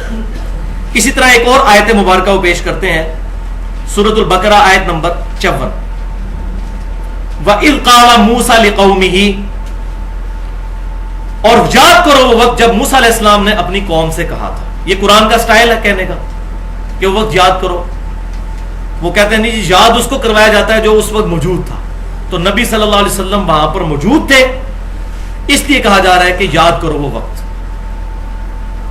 بھائیو یہ اس لیے نہیں کہا جا رہا، یہ اس لیے کہا جا رہا ہے کہ نبی صلی اللہ علیہ وسلم کے ذریعے سے امت تک یہ پیغام پہنچایا جا رہا ہے، موسیٰ علیہ السلام کے بارے میں جتنے واقعات بیان کر کے، کہ آپ صلی اللہ علیہ وسلم یہ واقعات امت تک پہنچائیں جو آپ کی نبوت پر دلیل بنیں گے کہ آپ کی پیدائش سے 2000 سال پہلے موسیٰ علیہ السلام اور ان کے ساتھیوں کے معاملات ہوئے، اور آپ کی پیدائش سے تقریباً 500 سال پہلے عیسیٰ علیہ السلام اور ان کی والدہ کے معاملات ہوئے، اور وہ واقعات بھی آپ بیان کر رہے ہیں حالانکہ آپ نے کہیں سے کوئی تعلیم نہیں حاصل کی، اللہ نے آپ کو سکھایا ہے، اس کے باوجود آپ اپنی پیدائش سے پہلے کے واقعات بھی بیان کر رہے ہیں۔ یہ اس بات کی دلیل ہے کہ آپ پر وحی نازل ہوتی ہے، خود نہیں جانتے وحی نازل ہوتی ہے، اور اس کی دلیل اگلی آیات سورہ ال عمران آیت نمبر 44 ریفرنس نمبر 10، ذالک من انباء الغیب نوحیہ الیک، اے محبوب صلی اللہ علیہ وسلم یہ غیب کی خبریں ہیں جو ہم آپ کی طرف وحی کرتے ہیں، آپ سے پیدائش کی پہلے کی باتیں۔ وما كنت لديهم اذ يلقون اقلامهم ايهم يكفل مریم، اور اے محبوب صلی اللہ علیہ وسلم جب سیدہ مریم کی کفالت کے لیے قرآن اندازی کی جا رہی تھی پانی میں کلمے ڈال کر کہ کون مریم کی کفالت کرتا ہے، اس وقت آپ وہاں پر موجود نہیں تھے۔ اس کی ڈیٹیل تورات میں ملتی ہے ہمیں، تورات میں نہیں انجیل کے اندر، ظاہر ہے تورات میں تو ہو بھی نہیں سکتی، کہ عیسیٰ علیہ السلام کی جو والدہ تھیں ان کی کفالت کے لیے اختلاف پیدا ہوا۔ اس وقت چیف پریسٹ جو تھے ہیکل سلیمانی کے جو بڑے کاہن تھے وہ سیدنا زکریا علیہ السلام تھے، ٹیمپل آف سلیمان کے، تو انہوں نے ان پر اللہ تعالیٰ نے یہ وحی کی کہ آپ قرآن اندازی کریں کہ پانی کے بہاؤ پر کلمے رکھیں، جس کی قلم پانی کے بہاؤ کے اپوزٹ چلنا شروع کر دے گی، یہ تو بڑا ناممکن سی بات ہے، وہ تو پانی کے ساتھ ہی قلم بہہ جائے گی، تو جس کی اپوزٹ چلے گی نا تو وہ کفالت کرے گا سیدہ مریم کی۔ تو سیدنا زکریا علیہ السلام کی اپوزٹ چلنا شروع ہو گئی تھی، تو وہ خالو بھی تھے سیدہ مریم کے، ان کے حصے میں یہ معاملہ آیا کہ انہوں نے کفالت کی سیدہ مریم کی، تو اس کی طرف اشارہ ہو رہا ہے کہ اے نبی صلی اللہ علیہ وسلم جب وہ کلمے ڈال رہے تھے آپ تو وہاں موجود نہیں تھے، وما كنت لديهم اذ يختصمون، اور نہ آپ اس وقت وہاں موجود تھے جب ان میں جھگڑا ہو رہا تھا۔ کیا مراد کہ آپ موجود نہیں تھے، تب بھی آپ یہ باتیں بیان کر رہے ہیں وحی کی وجہ سے، یہ آپ کی نبوت کی دلیل ہے۔ اب اللہ تعالیٰ کہہ رہا ہے کہ موجود نہیں تھے، جب ہم یہ آیت پیش کرتے ہیں تو مفتی احمد جان نعیمی صاحب نے جال میں اس کا جواب بھی دے دیا ہے، انہوں نے کہا اس میں لکھا ہوا ہے کہ موجود نہیں تھے، یہ تو نہیں لکھا ہوا کہ وہاں پر شاہد نہیں تھے، موجود کہیں اور تھے لیکن دور سے دیکھ رہے تھے، جیسا کہ آج قبر انور میں رہتے ہوئے ہمیں دیکھ رہے ہیں۔ اور دیو جی جواب کہتے ہیں تو موجود کی نفی ہے، حاضر کی نفی ہے، ناظر کی نفی نہیں ہے۔ واقعی جو انہوں نے فٹ ان کیا اس کے مطابق ان کی بات بالکل ٹھیک ہے کہ حاضر کی نفی ہے، ناظر کی نہیں ہے۔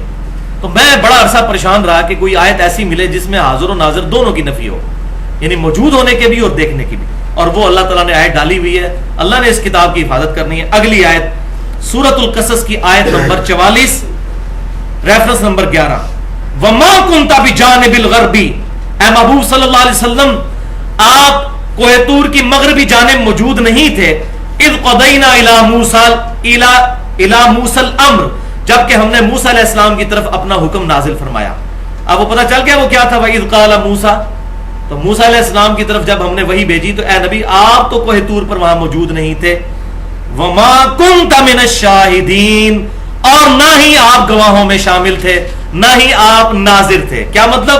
وَمَا كُنْتَ، نہ تو آپ حاضر تھے، وَمَا كُنْتَ مِنَ الشَّاهِدِينَ، اور نہ ہی آپ ناظر تھے. اب آپ سوچ رہے ہوں گے اس آیت کا تو جواب دیا ہی نہیں جا سکتا. واقعی نہیں دیا جا سکتا.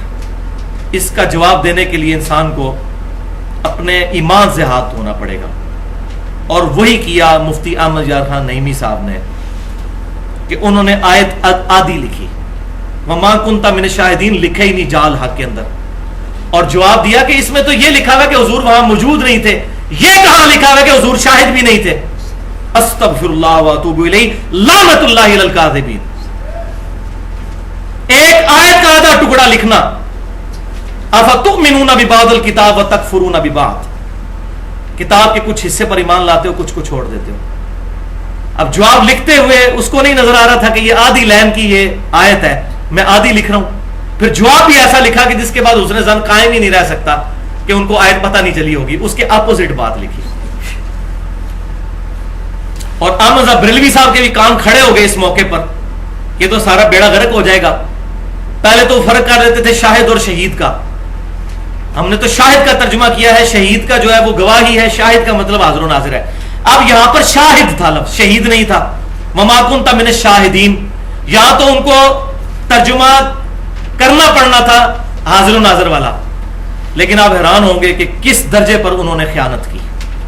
انہوں نے ترجمہ کیا اس کا، اے نبی صلی اللہ علیہ وسلم نہ تو آپ وہاں پر موجود تھے اور نہ وہاں پر حاضر تھے.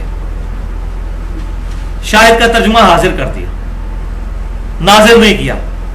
پیچھے سارا حاضر و ناظر کرتے آئے ہیں. اب یہاں ترجمہ کیا بنتا تھا؟ نہ آپ حاضر تھے نہ ناظر تھے. تو انہوں نے دونوں ہی ایک ترجمہ کر دیا، نہ تو آپ موجود تھے نہ حاضر تھے. آپ دیکھیں اتنے بڑے بڑے علماء، یہ دیکھ لیں، وَالْعِيَاذُ بِاللَّهِ تَعَالَى. بس وہ ایک بہت بڑے عالم اسلام آباد میں، ان کی بات مجھے بڑی پسند ہے. وہ کہتے ہیں کہ بیٹا دعا کیا کرو کہ گیئر الٹا نہ لگ جائے. جس کا گیئر ایک دفعہ الٹا لگ جائے نا تو پھر جتنا ایکسلریٹر دیتا ہے گاڑی پیچھے ہی جاتی ہے.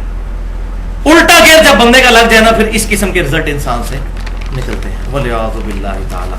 لیکن میں پھر وہی بات کروں گا کہ احمد بریلوی صاحب کو اگر تختہ مشق بنانا ہے، پھر بریلوی دیوبندی اہل حدیث کی عوام اور علماء اپنے بزرگوں کو بھی تختہ مشق بنائیں. رشید احمد گنگوئی صاحب کو بھی، اور شاہ عبداللہ محدث دہلوی کو بھی، شاہ عبدالعزیز محدث دہلوی کو بھی، اور شبیر احمد عثمانی صاحب کو بھی، سب کو ایک کٹہرے میں. تو بھائیو یہاں پر یہ بات بھی یاد رکھیے کہ علم الغیب سے متعلق میں آلریڈی گفتگو کر چکا ہوں 88 منٹ کی، مسئلہ نمبر 6A. اور وہاں پر میں نے یہ بالکل کھول کر بات بیان کی تھی کہ اللہ تعالیٰ جب بھی چاہتا ہے اپنے پیغمبروں کو ان کی پیدائش سے پہلے کے واقعات، ان کی زندگی کے واقعات اور مستقبل کے قیامت تک آنے والے واقعات کی خبر دے دیتا ہے. اور وہی غیبی خبریں ہوتی ہیں، اور وہی پیغمبر کے پاس علم الغیب ہوتا ہے. پیغمبر عالم الغیب نہیں ہوتا، علم الغیب رکھنے والا ہوتا ہے اللہ تعالیٰ کی طرف سے غیبی خبر کی وجہ سے. اور اس میں نے درجنوں مثالیں بخاری اور مسلم سے دی، آج محل نہیں کہ میں اس کو ریپیٹ کروں. لیکن صرف پیغمبر، اس میں نے بتایا تھا بخاری اور مسلم میں حدیث ہے صحابہ کو 4 فٹ نیچے قبر میں عذاب قبر نظر نہیں آیا، لیکن نبی صلی اللہ علیہ وسلم کو اللہ تعالیٰ نے دکھایا. تو صحابہ کو کشف القبور نہیں ہوتا تھا. یہ بعد والے بزرگ کہتے ہیں ہمیں کشف القبور ہو جاتا ہے. یہاں پر عقیدے کے ضمن کے اعتبار سے ایک حدیث جو بخاری اور مسلم کی متفق علیہ حدیث ہے، واقعہ معراج کے کانٹیکسٹ میں، کہ جب نبی صلی اللہ علیہ وسلم معراج سے واپس آئے تو کافروں نے عجیب و غریب سوال کیے کہ بتائیے، آپ کہتے ہیں کہ میں رات کی رات اتنی دور سے ہو کر آ گیا ہوں جو 1.5-2 مہینے کی مسافت ہے، اور آپ ایک رات میں وہاں سے بھی اور آسمانوں سے بھی ہو کر آگے، اور خواب میں آئے ہوتے تو وہ مان ہی لیتے کہ یار خواب تو کوئی بندہ بھی دیکھ سکتا ہے. اس سے یہ بات بھی پتہ چلی کافر جو نہیں مانتے تھے وہ فزیکلی ہونے کی وجہ سے، ورنہ خواب میں تو ہم بھی کئی بار اڑ رہے ہوتے ہیں، وہ فزیکلی آپ وسلم کا دعویٰ تھا. تو ان کا ایسا بتائیے بیت المقدس کے دروازے کتنے ہیں، اس کی دیواروں کا رنگ کیا ہے، اس کی سیڑھیاں کتنی ہیں. اب ایک بندہ گیا ہی ایک دفعہ ہے اور وہ بھی رات کے وقت میں یہ 3 سالوں میں درجنوں دفعہ یہ سیڑھیاں چڑھا ہوں، مجھے نہیں پتا کہ یہ بار کلر کیا ہے اس کا باہر ہماری اکیڈمی کا، سیڑھیاں کتنی ہیں نہیں ہوتا ذہن میں. تو نبی صلی اللہ علیہ وسلم کہتے ہیں کہ میں پریشان ہوا اور اتنا پریشان ہوا کہ میں ان کے سوالوں کے جواب نہیں دے سکوں گا اور یہ مجھے جھٹلائیں گے. تو میں حتیم میں کھڑا ہوا تو اللہ نے بیت المقدس مکے میں میرے سامنے کر دیا.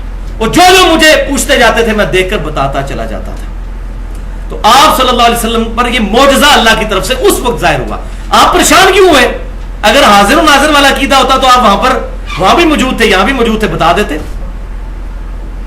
تو پریشان اس لیے ہوئے کہ یہ والا عقیدہ ہی امت کے اندر نہیں موجود تھا اس وقت. نبی صلی اللہ علیہ وسلم کے علم میں بھی یہ عقیدہ نہیں تھا کہ یہ عقیدہ ہونا چاہیے.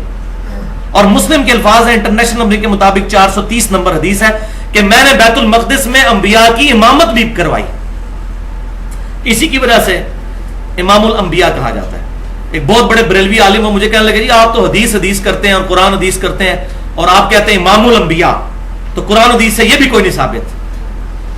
دیکھیں کس طرف چل پڑے جب وہ انسان کو بغض آ جاتا ہے. میں نے کہا آپ کے پاس قرآن حدیث میں نہیں، ہمارے پاس مسلم شریف میں 430 نمبر حدیث ہے کتاب الایمان میں کہ نبی صلی اللہ علیہ وسلم نے انبیاء کی امامت فرمائی ہے بیت المقدس میں، اس لیے ہم امام الانبیاء کہتے ہیں. الحمدللہ. تو خاموش ہو گئے. تو مسلم کے الفاظ ہیں کہ میں نے امامت کروائی. اس کے بعد میں جب آیا یہاں پر مکہ میں تو مجھ سے کفار نے سوال کیے. میں اتنا غمناک ہوا کہ اعلان نبوت کے بعد کبھی اتنا پریشان نہیں ہوا تھا کہ میں ان کے سوالوں کے جواب ہی نہیں دے سکوں گا اور یہ مجھے جھوٹا کہیں گے. پھر اللہ نے بیت المقدس کو میرے سامنے کر دیا. اس لیے بھائیو صحابہ کرام کا عقیدہ بالکل واضح تھا. اور یہ ایک حدیث جو میں آپ بتانے جا رہا ہوں، اگر آپ یہ ایک حدیث یاد کر لیں تو 3 عقیدے امت کو سمجھا سکتے ہیں. عقیدہ علم الغیب، عقیدہ حاضر و ناظر اور عقیدہ استعانت یعنی غیر اللہ سے مدد مانگنا. یہ تینوں عقیدے ایک حدیث جو صحیح بخاری میں بھی ہے اور صحیح مسلم میں بھی ہے تینوں عقیدوں کو کلیئر کر دیتی ہے. اور الحمدللہ ہم اہل سنت کے منہج پر چلنے والے لوگ اسی عقیدے پر ہیں. اہل سنت فرقہ نہیں. شراب کی بوتل کے باہر روح افزا لکھ لینے سے روح افزا نہیں بن جائے گی، یہ جامع شیرین نہیں بن جائے گی. اہل سنت وہی ہوں گے جو کتاب و سنت کے منہج پر ہوں گے. یہ تینوں عقیدے صحیح بخاری میں 4086 نمبر اور صحیح مسلم میں 4917 نمبر حدیث ہے. تینوں عقائد کلیئر کرے گی. اور ہمارے ریسرچ پیپر نمبر 3 دعا صرف اللہ ہی سے، اس کے بھی پیج نمبر 5 کے اوپر یہ حدیث موجود ہے پورے ریفرنسز کے ساتھ. یہ 2 مختلف واقعات ہیں. مسلم کے 4917 کے میں الفاظ پڑھنے لگا ہوں کہ جب 70 صحابہ کو دھوکے سے شہید کر دیا گیا، جس کے غم میں نبی صلی اللہ علیہ وسلم نے 1 مہینے تک قنوت نازلہ بھی کفار کے لیے دعائے ضرر بھی فرمائی تھی. جب ان کو دھوکے سے شہید کیا گیا تو آپ صلی اللہ علیہ وسلم مدینہ شریف میں تھے اور دوسری جگہ پر ان کو شہید کیا گیا تو آپ صلی اللہ علیہ وسلم غمناک حالت میں وہاں بیٹھے ہوئے تھے اور فرمایا کہ ابھی ابھی جبرائیل علیہ السلام میرے پاس آئے، انہوں نے اللہ کی طرف سے مجھے یہ اطلاع دی ہے کہ تمہارے ساتھیوں کو دھوکے سے شہید کر دیا گیا. 70 حضور کے ٹیلنٹڈ سٹوڈنٹ اصحاب صفہ میں سے جو حضور نے تعلیم کے لیے بھیجے، اور انہوں نے شہادت کے وقت تمہارے رب کے حضور یوں دعا کی، اللہم بلغ عنا نبینا، اے رب ہمارے نبی تک ہمارا پیغام پہنچا دے. انہوں نے کہا فرشتوں یہ پیغام دے دو. فرشتوں کو پکارنا بھی شرک ہے. اے اللہ تو ہمارے نبی کو ہمارے حال کی خبر کر دے. اللہ نے اذن دیا ہو تب بھی پکارنا شرک ہے. حضرت میکائیل علیہ السلام اور فرشتوں کو اذن ہے نا بارش برسانے کا اللہ کی طرف سے، تو ہم کیا کہیں گے میکائیل بارش برسا دو کہ گرمی کا موسم قریب آ رہا ہے؟ نہیں. اے رب ہمارے نبی کو ہمارے حال کی خبر کر دے، انا قد لقینک فرضینا عنک، کہ ہم بے شک تجھ سے مل چکے اس حال میں کہ ہم اپنے رب سے راضی ہیں، ورضیت عنا، اور اے ہمارے رب تو ہم سے راضی ہے. ہمارے نبی تک یہ پیغام پہنچا دے. اور حضور صلی اللہ علیہ وسلم وہاں اشک بار آنکھوں کے ساتھ اپنے صحابہ کو بتا رہے ہیں کہ تمہارے ساتھیوں نے یہ دعا کی. اب اس میں تینوں عقیدے کلیئر ہو گئے. انہوں نے یا رسول اللہ انظر حالنا نہیں کہا، حضور کو مدد کے لیے نہیں پکارا. عقیدہ استعانت کلیئر ہو گیا. ان کا یہ بھی عقیدہ نہیں تھا کہ نبی صلی اللہ علیہ وسلم ہر وقت ہر چیز کو دیکھ رہے ہیں اور یہاں پہ بھی موجود ہے حاضر و ناظر، وہ بھی عقیدہ. اور علم الغیب کے حوالے سے بھی ان کا عقیدہ کلیئر ہوا کہ اے اللہ تو ہمارے نبی کو خبر کر دینا، تیرے بتائے بغیر ہمارے نبی تک یہ خبر نہیں پہنچے گی. اور انہوں نے یہ بھی نہیں کہا جبرائیل ہمارے نبی کو خبر کر دینا، لہذا فرشتوں کو بھی نہیں پکارا، جبرائیل جب دنیا میں آ رہے تھے اس وقت بھی نہیں پکارا. اب رہا مسئلہ رسول اللہ صلی اللہ علیہ وسلم کی دنیاوی زندگی کے بعد آج کی جو زندگی ہے، قبر مبارک اور جنت کی برزخی زندگی، کیا ہم اس زندگی میں اللہ تعالیٰ کو یہ کہہ سکتے ہیں کہ اے اللہ ہمارے نبی تک ہماری خبر پہنچا دے؟ تو بھائیو اس کا کوئی ثبوت موجود نہیں سوائے ایک چیز کے، اور وہ کیا ہے؟ درود شریف. اور وہ ہم کہتے ہیں اللہم صلی علی محمد وعلی آل محمد کما صلیت علی ابراہیم وعلی آل ابراہیم انک حمید مجید. اللہم بارک علی محمد وعلی آل محمد کما بارکت علی ابراہیم وعلی آل ابراہیم انک حمید مجید. درود شریف ہمارا پہنچتا ہے، میں کتنی احادیث بتا چکا اسی لیکچر میں پوائنٹ نمبر 2 کے اندر. درود و سلام پہنچتا ہے، السلام علیکم ایھا النبی پہنچتا ہے، بس اس کے علاوہ کچھ اور نہیں پہنچا سکتے. بلکہ صحیح بخاری میں انٹرنیشنل نمبر کے مطابق 1010 نمبر حدیث جو ہمارے ریسرچ پیپر نمبر 1 رسول اللہ کی آخری وصیت ہے اس میں بھی لکھی ہوئی ہے کہ سیدنا عمر فاروق رضی اللہ تعالیٰ عنہ کے مبارک دور میں جب قحط سالی ہوتی تو عباس بن عبد المطلب کو وہ لے کر آتے اور کہتے اے اللہ جب تک تیرے نبی ہم میں موجود تھے ہم ان کو تیری بارگاہ میں پیش کرتے تھے، ان کی دعا کی برکت سے تو ہم پر بارش نازل فرما دیتا تھا. اب آپ صلی اللہ علیہ وسلم کی وفات کے بعد ہم آپ صلی اللہ علیہ وسلم کے چچا کو لے کر آئے ہیں، اے اللہ ہم پر بارش نازل فرما. وہ چچا دعا کرتے تو بارش نازل ہو جاتی. سیدنا عمر حضور صلی اللہ علیہ وسلم کی قبر انور پر بھی جا کر یہ نہیں کہتے تھے یا رسول اللہ اللہ سے دعا کیجیے، کہہ سکتے تھے. حالانکہ حضرت عمر وہ ہیں جو بخاری میں حدیث ہے کہ سیدنا عمر کے مشورے پر نبی صلی اللہ علیہ وسلم نے اپنی مبارک انگلیاں پیالے میں رکھی تھی اور پانی کے چشمے جاری ہوئے تھے، لیکن انہوں نے نہیں کہا یا رسول اللہ صلی اللہ علیہ وسلم قبر انور سے ہاتھ باہر نکالیے، پانی کا میں پیالہ لے کر اس میں ہاتھ رکھیے تاکہ چشمے جاری ہو جائیں، جیسا کہ شیخ زکریا صاحب نے فضائل حج میں لکھا اور الیاس قادری صاحب نے فضائل سنت میں کہ 555 ہجری میں شیخ احمد رفائی کے لیے نبی صلی اللہ علیہ وسلم نے 90,000 لوگوں کی موجودگی میں اپنا ہاتھ مبارک باہر نکال دیا. وہ میں نے پچھلے لیکچر 6B میں کشف خوابوں سے متعلق، الہام سے متعلق اس میں ڈیٹیل سے اس کا انالیسس کیا ہے. تو سیدنا عمر نے امت کو یہ عقیدہ صحیح وقت جو وسیلہ شخصی ہے وہ سمجھا دیا. تو اب ایک ذریعہ ہے خواب، کہ خواب میں نبی صلی اللہ علیہ وسلم کسی کو آ جائیں. میں نے پچھلی دفعہ ڈیٹیل سے ڈسکس کیا تھا صحیح مسلم سے، سنن نبی داؤد سے، مسند احمد سے کہ صحابہ کے بعد بھی تابعین تبع تابعین تبع تبع تابعین کو بھی نبی صلی اللہ علیہ وسلم خواب میں آئے اور اس وقت کے حالات کے اوپر ڈسکشن کی. مثلا سیدنا حسین کی جو شہادت ہے وہ 50 سال بعد ہوئی ہے، لیکن نبی صلی اللہ علیہ وسلم ابن عباس کو خواب میں آئے جو مسند احمد میں موجود ہے. پچھلی دفعہ میں نے کئی خواب بتائے. تو اب کیا یہ عقیدہ رکھا جا سکتا ہے کہ نبی صلی اللہ علیہ وسلم کو عالم برزخ میں دنیا کے حالات کی خبر ہے؟ ایسا عقیدہ امت میں کسی نے پروپیگیٹ نہیں کیا اور نہ اس کے اوپر کوئی واضح دلائل موجود ہیں. ان واقعات کو اگر دلیل بنایا جائے تو اس میں پھر بڑا مسئلہ آ جائے گا. اس کی وجہ یہ ہے کہ میں نے پچھلی دفعہ بتایا تھا کہ خواب جو ہے یہ اللہ تعالیٰ کی طرف سے ایک ورچوئل پروسیجر ہے، تمثیلی مثال کا ایک طریقہ ہے سمجھانے کا. یہ نہیں ہوتا کہ فزیکلی نبی صلی اللہ علیہ وسلم خواب میں آ جاتے ہیں، فزیکلی نہیں ہوتا. یہ اللہ تعالیٰ کی طرف سے ایک چیز دکھائی جاتی ہے. مثال کے طور پر صحیح بخاری میں حدیث ہے، پچھلی دفعہ مجھ سے غلطی سے بھینس کا لفظ نکل گیا، وہ گائے ہے. صحیح بخاری میں حدیث ہے کہ نبی صلی اللہ علیہ وسلم نے غزوہ احد سے پہلے خواب دیکھی کہ ان کے سامنے ایک گائے ذبح ہو رہی ہے اور آپ نے فرمایا کہ میں نے اس سے تعبیر کی ہے کہ میرے صحابہ کو اس جنگ میں بہت تکلیف پہنچے گی، اور وہی ہوا، 70 صحابہ شہید ہوئے. اب گائے اور صحابہ کا کیا لینا دینا، لیکن وہ ایک تمثیل تھی. اسی طریقے سے صحیح بخاری میں حدیث ہے کتاب التعبیر چیپٹر میں نبی صلی اللہ علیہ وسلم کہتے ہیں کہ میں نے خواب میں اپنے ہاتھوں میں 2 سونے کے کنگن دیکھے جن کی وجہ سے میں پریشان ہو گیا. حالانکہ حضور نے تو کبھی سونے کا کنگن نہیں پہنا. پھر آپ فرماتے ہیں میں نے پھونک ماری تو میں نے خواب میں دیکھا وہ غائب ہو گئے. اس کی تعبیر میں نے یہ کی ہے کہ جھوٹے پیغمبر 2 وہ اعلان نبوت کریں گے، اور وہی ہوا. مسلمہ کذاب نے بھی کیا، دوسرے نے بھی کیا، اور ایک عورت نے بھی کیا. کتنے، وہ تو 30 جھوٹے دجال آئیں گے، بخاری اور مسلم میں حدیث ہے. تو اب یہ سونے کے کنگن کو فزیکلی حضور نے تو نہیں کبھی پہنے. تو یہ سارا معاملات ہے تمثیلی. لہذا یہ دعویٰ بھی نہیں کیا جا سکتا کہ آج کے حالات کی خبر جا رہی ہے، وہ میں آخر میں حدیث بیان کروں گا، اور وہ آیت بھی جس سے پتہ چل جائے گا کہ یہ عقیدہ نہیں، یہ ورچوئل عقیدے ہیں، تمثیلی واقعات ہیں جو خوابوں میں حضور صلی اللہ علیہ وسلم کو دیکھا جاتا ہے، وہ اللہ تعالیٰ کی طرف سے دکھایا جاتا ہے، یہ دنیا کے حالات کے حوالے سے یہ بات نہیں ہوتی۔ اب رہا مسئلہ کریٹیکل چیز کا جس پہ میں نے بات کنکلوڈ کرنی تھی، وہ دو باتیں۔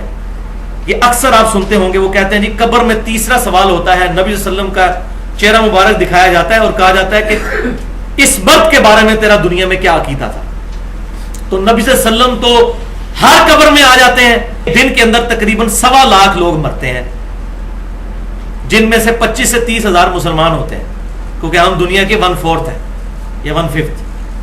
25 ہزار مسلمان بھی روزانہ مر رہے ہیں، ہم کہتے ہیں نہیں غور پہ کوئی اور، وہ کہتے ہیں تو اتنی قبروں میں نبی صلی اللہ علیہ وسلم چلے جاتے ہیں تو حاضر و ناظر ہوئے نا، اس سے وہ عقیدہ گھڑتے ہیں۔ تو پہلے یہ بات میں کلیئر کر دوں، یہ بخاری اور مسلم کی متفق علیہ حدیث ہے، قبر میں 3 سوال ہوں گے۔ پہلا ہوگا من ربو کا، تیرا رب کون؟ دوسرا سوال ما دینو کا، تیرا دین کیا ہے؟ اور تیسرا سوال ہوگا ما کنت تقول فی حق ھذا الرجل، اس مرد کے بارے میں تو دنیا میں کیا کہا کرتا تھا، کیا عقیدہ رکھتا تھا؟ اس میں یہ نہیں موجود کہ وہ نبی صلی اللہ علیہ وسلم سامنے موجود ہوتے ہیں، وہ کہتے ہیں یہ سامنے جو کھڑے ہوئے ہیں جو موجود ہے، نہیں، وہ آگے پھر خود ضرب تقسیمیں لگا لیتے ہیں نا، وہ کہتے ہیں جی لفظ آیا ہاذا، اور ہاذا ہوتا ہے موجود کے لیے، تو نبی صلی اللہ علیہ وسلم قبر میں موجود ہوتے ہیں۔ تو بھائیو اگر یہ عقیدہ مان لیا جائے تو عربی لنگوسٹک کا جنازہ نکل جائے گا، کیونکہ عربی لنگوسٹک میں ہاذا 3rd پرسن کے لیے بھی استعمال ہوتا ہے، ہمیشہ 2nd پرسن کے لیے نہیں، 3rd پرسن کے لیے بھی۔ اور بخاری اور مسلم میں حدیث ہے کہ ابو سفیان رضی اللہ تعالیٰ عنہ، بعد میں تو مسلمان ہو گئے، جب یہ رومن امپائر میں گئے تو کیسر روم نے ان کو بلا کر پوچھا، اور اس میں اس نے لفظ استعمال کیے کہ حاضر رجل کے لفظ استعمال کیے کہ یہ مرد جس نے مکے میں دعویٰ کیا ہے نبوت کا، اس کے بارے میں تم کیا جانتے ہو، تم قریبی رشتہ دار ہو۔ تو کیا نبی صلی اللہ علیہ وسلم اس وقت روم میں موجود تھے؟ آپ کا تذکرہ ہو رہا تھا، تو سننے والے کو پتا تھا ہاذا سے مراد یہ 3rd پرسن ہے، تو یہ بخاری اور مسلم میں ہاذا کا صیغہ موجود ہے، جو واضح ثبوت ہے کہ 3rd پرسن کے لیے بھی استعمال ہوتا ہے۔ جواب پر ہی غور کر لیں، جواب میں بھی ہونا چاہیے تھا ہاذا محمد رسول اللہ، لیکن بخاری مسلم اٹھا کر دیکھیں، وہ مردہ جو مومن ہوتا ہے وہ کہتا ہے ہوا محمد الرسول اللہ صلی اللہ علیہ وسلم، وہ تو اللہ کے رسول محمد صلی اللہ علیہ وسلم ہے۔ اب وہ پاسٹ ٹینس وہ بات کر رہے ہیں غائب کے سیغے میں، ہوا، حاضر کا سیغہ نہیں ہے یہ، تو جواب ہی بتا رہا ہے کہ اس کی طرف اشارہ۔ اور بخاری میں ایک روایت جو ہے 1347، اس میں آگے الفاظ ہیں کہ نبی صلی اللہ علیہ وسلم کا نام بھی فرشتہ لیتا ہے کہ وہ رجل محمد جو تھے صلی اللہ علیہ وسلم، ان کے بارے میں تیرا کیا عقیدہ ہے؟ پھر بھی کسی کی تسلی نہ ہو تو مفتی احمد یار خان نعیمی صاحب جال میں لکھتے ہیں کہ جب اس کو کہا جاتا ہے کہ اس مرد کے بارے میں تیرا کیا عقیدہ ہے، تو مردے کو پوچھنا چاہیے نا کہ کون سا مرد، اگر سامنے نہ ہو تو وہ پوچھے جی کیڑے دی گل کر رہے ہو، کس بندے دی گل کر رہے ہو، کس بندے کی بات کر رہے ہو؟ تو مردہ تو کوئی نہیں پوچھتا کس بندے کی، اس کا مطلب ہے وہ سامنے بندہ موجود ہوتا ہے، تو یہ اشارتاً بات نہیں ہو رہی ہوتی۔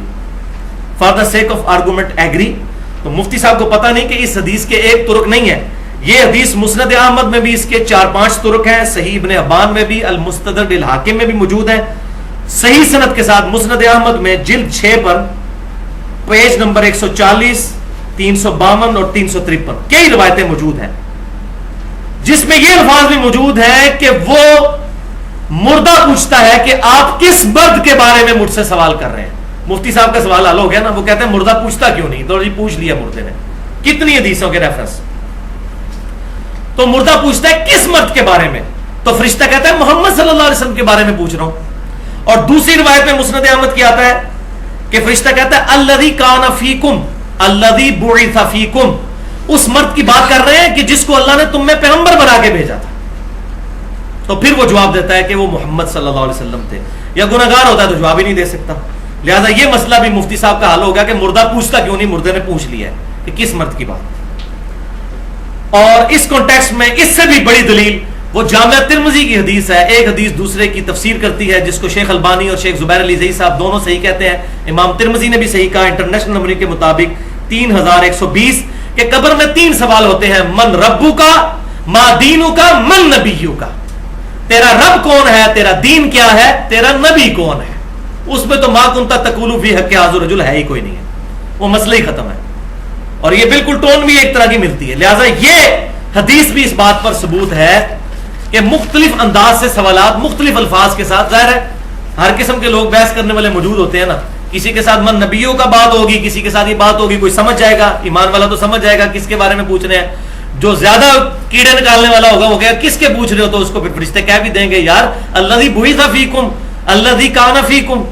تو یہ دنیا میں بھی صرف معاملات مختلف ہوتے ہیں، تو مختلف سوال جو میں نے اس کو سمجھانا اپروپریٹ، وہ ہر قسم کے بحث کرنے والے لوگ ہیں نا جو سیدھے سیدھے مسلمانوں کو من نبیوں کا کہے گا، نبی صلی اللہ علیہ وسلم. اب دیکھ لیں قبر میں 3 سوال ہونے ہیں، اللہ کے بارے میں، دین کے بارے میں، اور نبی صلی اللہ علیہ وسلم کے بارے میں. لیکن ہمارے علماء نے جو عقیدہ بنایا اس کے تحت تو سوال 2 اور بھی ہونے چاہیے تھے کہ تیرا مسلک اور فقہ کون سی ہے، کیونکہ دین اسلام تو کافی نہیں ہے. اور ہونا چاہیے تھا آپ کس امام کی پیروی کرتے ہو. یہ سارے بنائے ہوئے جو فیبریکیٹڈ امام ہیں ان اماموں کی ہم توہین نہیں کر رہے. عیسیٰ علیہ السلام کی توہین نہیں ہے، لیکن ان کے نام پر جو عیسائیوں نے ڈیوینٹی کلیم کی، عیسیٰ علیہ السلام کو اللہ کا بیٹا کا، کرسچینٹی کو کنڈیم کر رہے ہیں. ان کے نام پر جو ان لوگوں نے یہ فرقے بنائے، تو قبر میں ہی تو سوال نہیں ہونا تیرا امام کون ہے. تو قبر میں پہنچ کر نبی صلی اللہ علیہ وسلم امامت کے لیے کافی ہیں ہماری، تو دنیا میں بھی وہ ہمارے امام ہیں الحمدللہ، وہ امام اعظم ہے الحمدللہ صلی اللہ علیہ وآلہ وسلم. اب یہاں پر میں بات کو ذرا عام آدمی تک پہنچانے کے لیے ایک اور حدیث بیان کر دوں، لیکن شرم آ رہی ہے یہ روایت بیان کرتے ہوئے، اس کا رزلٹ نکالتے ہوئے. لیکن ظاہر ہے کہ موٹے دماغ کے بندے بھی بیٹھے ہوتے ہیں. بخاری اور مسلم کی متفق علیہ حدیث ہے کتاب الجنائز چیپٹر میں. ایک عورت جو سیاہ حبشی عورت تھی، وہ مسجد نبوی کی صفائی کیا کرتی تھی. نبی صلی اللہ علیہ وآلہ وسلم نے کچھ دن دیکھا کہ مسجد میں وہ آئی نہیں ہے، تو صحابہ سے پوچھا کہ وہ حبشی عورت کہاں گئی جو مسجد کی صفائی کیا کرتی تھی. تو صحابہ نے کہا یا رسول اللہ وہ تو فوت ہو گئی، ہم نے تو آپ کے آرام میں خلل سے بچنے کے لیے اس کو دفنا دیا ہے. تو نبی صلی اللہ علیہ وسلم ناراض ہوئے اور آپ نے فرمایا تم نے مجھے خبر کیوں نہیں کی، چلو مجھے بتاؤ اس کی قبر کہاں ہے. تو صحابہ نے بتایا کہ یہ قبر ہے اس کی. آپ صلی اللہ علیہ وآلہ وسلم اس حبشیہ عورت کی قبر پر گئے. حریص علیکم بالمؤمنین رؤوف الرحیم. نبی صلی اللہ علیہ وسلم مومنین کی جانوں پر ان کی جانوں سے بھی بڑھ کر حرص فرمانے والے ہیں الحمدللہ. صحابہ تو اس کو عام عورت سمجھ رہے تھے، لیکن حضور صلی اللہ علیہ وسلم کے نزدیک اس کا یہ مقام تھا کہ مسجد کی صفائی کرنے والی عورت تھی. صحابہ نے بھی اس کو ایک حقیر سمجھا کہ حبشی عورت صفائی کرنے والی. تو نبی صلی اللہ علیہ وسلم اس کی قبر پر گئے، قبر پہ جا کے جنازہ پڑھا. اور مسلم کے الفاظ ہیں کہ آپ صلی اللہ علیہ وسلم فرماتے ہیں کہ میرے صرف قبرستان آنے کی وجہ سے، اللہ اکبر کبیرہ، یہ قبریں جو کہ تاریکی میں ڈوبی ہوئی تھی، اللہ نے سب قبروں کو نور سے بھر دیا ہے. اچھا وہ قبریں کن کی تھیں؟ صحابہ کی. ظاہر ہے کافروں کی قبروں کو تو حضور کے ایسے نور سے نہیں بھرا گیا، کافر کے لیے تو کچھ نہیں ہے. تو اندازہ کریں کہ معاملہ کتنا نازک ہے. یہاں لوگ کہتے ہیں شیخ عبد القادر جیلانی کے مرید ہو جاؤ، وہ کہتے ہیں میں اس وقت تک جنت میں نہیں جاؤں گا جب تک سارے مرید نہ لے جاؤں. تو شیخ عبد القادر جیلانی رحمۃ اللہ علیہ کوئی بھی بزرگ سوائے عشرہ مبشرہ 10 صحابہ کے کوئی شخص اپنے بارے میں نہیں کہہ سکتا کہ میں نے بھی جنت میں جانا ہے کہ نہیں. ہم اس رضان رکھتے ہیں، لیکن کوئی گارنٹی کے ساتھ تو صحابہ کرام کے بعد نہیں کسی کے بارے میں کہہ سکتا. اللہ. تو اب اس سے ایک رزلٹ یہ بھی نکلا کہ نبی صلی اللہ علیہ وسلم کو نہیں پتا تھا کہ وہ فوت ہو چکی ہے. آپ نے ان کو کہا کہ مجھے بتایا کیوں نہیں. پھر آپ نے کہا قبر کی نشاندہی کرو. پھر اس سے بھی آپ کو کہنے جی اندروں پتا سی ویسے نہیں سن کہندے. تو نبی سلیم الفطرت ہوتا ہے، ایسا جملہ بولنا ہی گستاخی ہے. حضور کوئی ٹھٹا کرنے والے نہیں تھے معاذ اللہ استغفر اللہ. آپ صلی اللہ علیہ وسلم کوئی جگت کے ساتھ بات نہیں کرنے والے تھے معاذ اللہ استغفر اللہ. وَإِنَّكَ لَعَلَىٰ خُلُقٍ عَظِيمٍ، اخلاق کے بلند ترین درجے پر فائز تھے. آپ کو نہیں پتا تھا. تو اس سے یہ بھی بات پتہ چلتی. تو آپ کہتے ہیں کہ میں تو اگلے دن ابھی اسی کی قبر سے ہو کر آیا ہوں اور تم نے مجھے بتائے بغیر ہی اس کو دفنا دیا. میں تو قبر میں اس کو دیکھا ہے، اس نے مجھے دیکھا اور اس نے میرے نبی ہونے کی گواہی دی ہے. اگر یہ عقیدہ ہو کے قبر میں جاتے ہیں تو یہ میں نے رزلٹ نکالنا تھا حاضر و ناظر کے حوالے سے. لیکن یہ مجھے شرم آتی ہے ایسی باتیں کرتے ہوئے. اس کی وجہ یہ ہے کہ جب وہ اس شرم کے لیول سے نیچے گزر چکے ہیں تو یہ بات سمجھانے کے لیے, جیسا کہ اللہ تعالیٰ نے فرمایا کہ اللہ اس چیز سے شرم نہیں کرتا کہ مکھی اور مچھر کی مثال بیان کرے.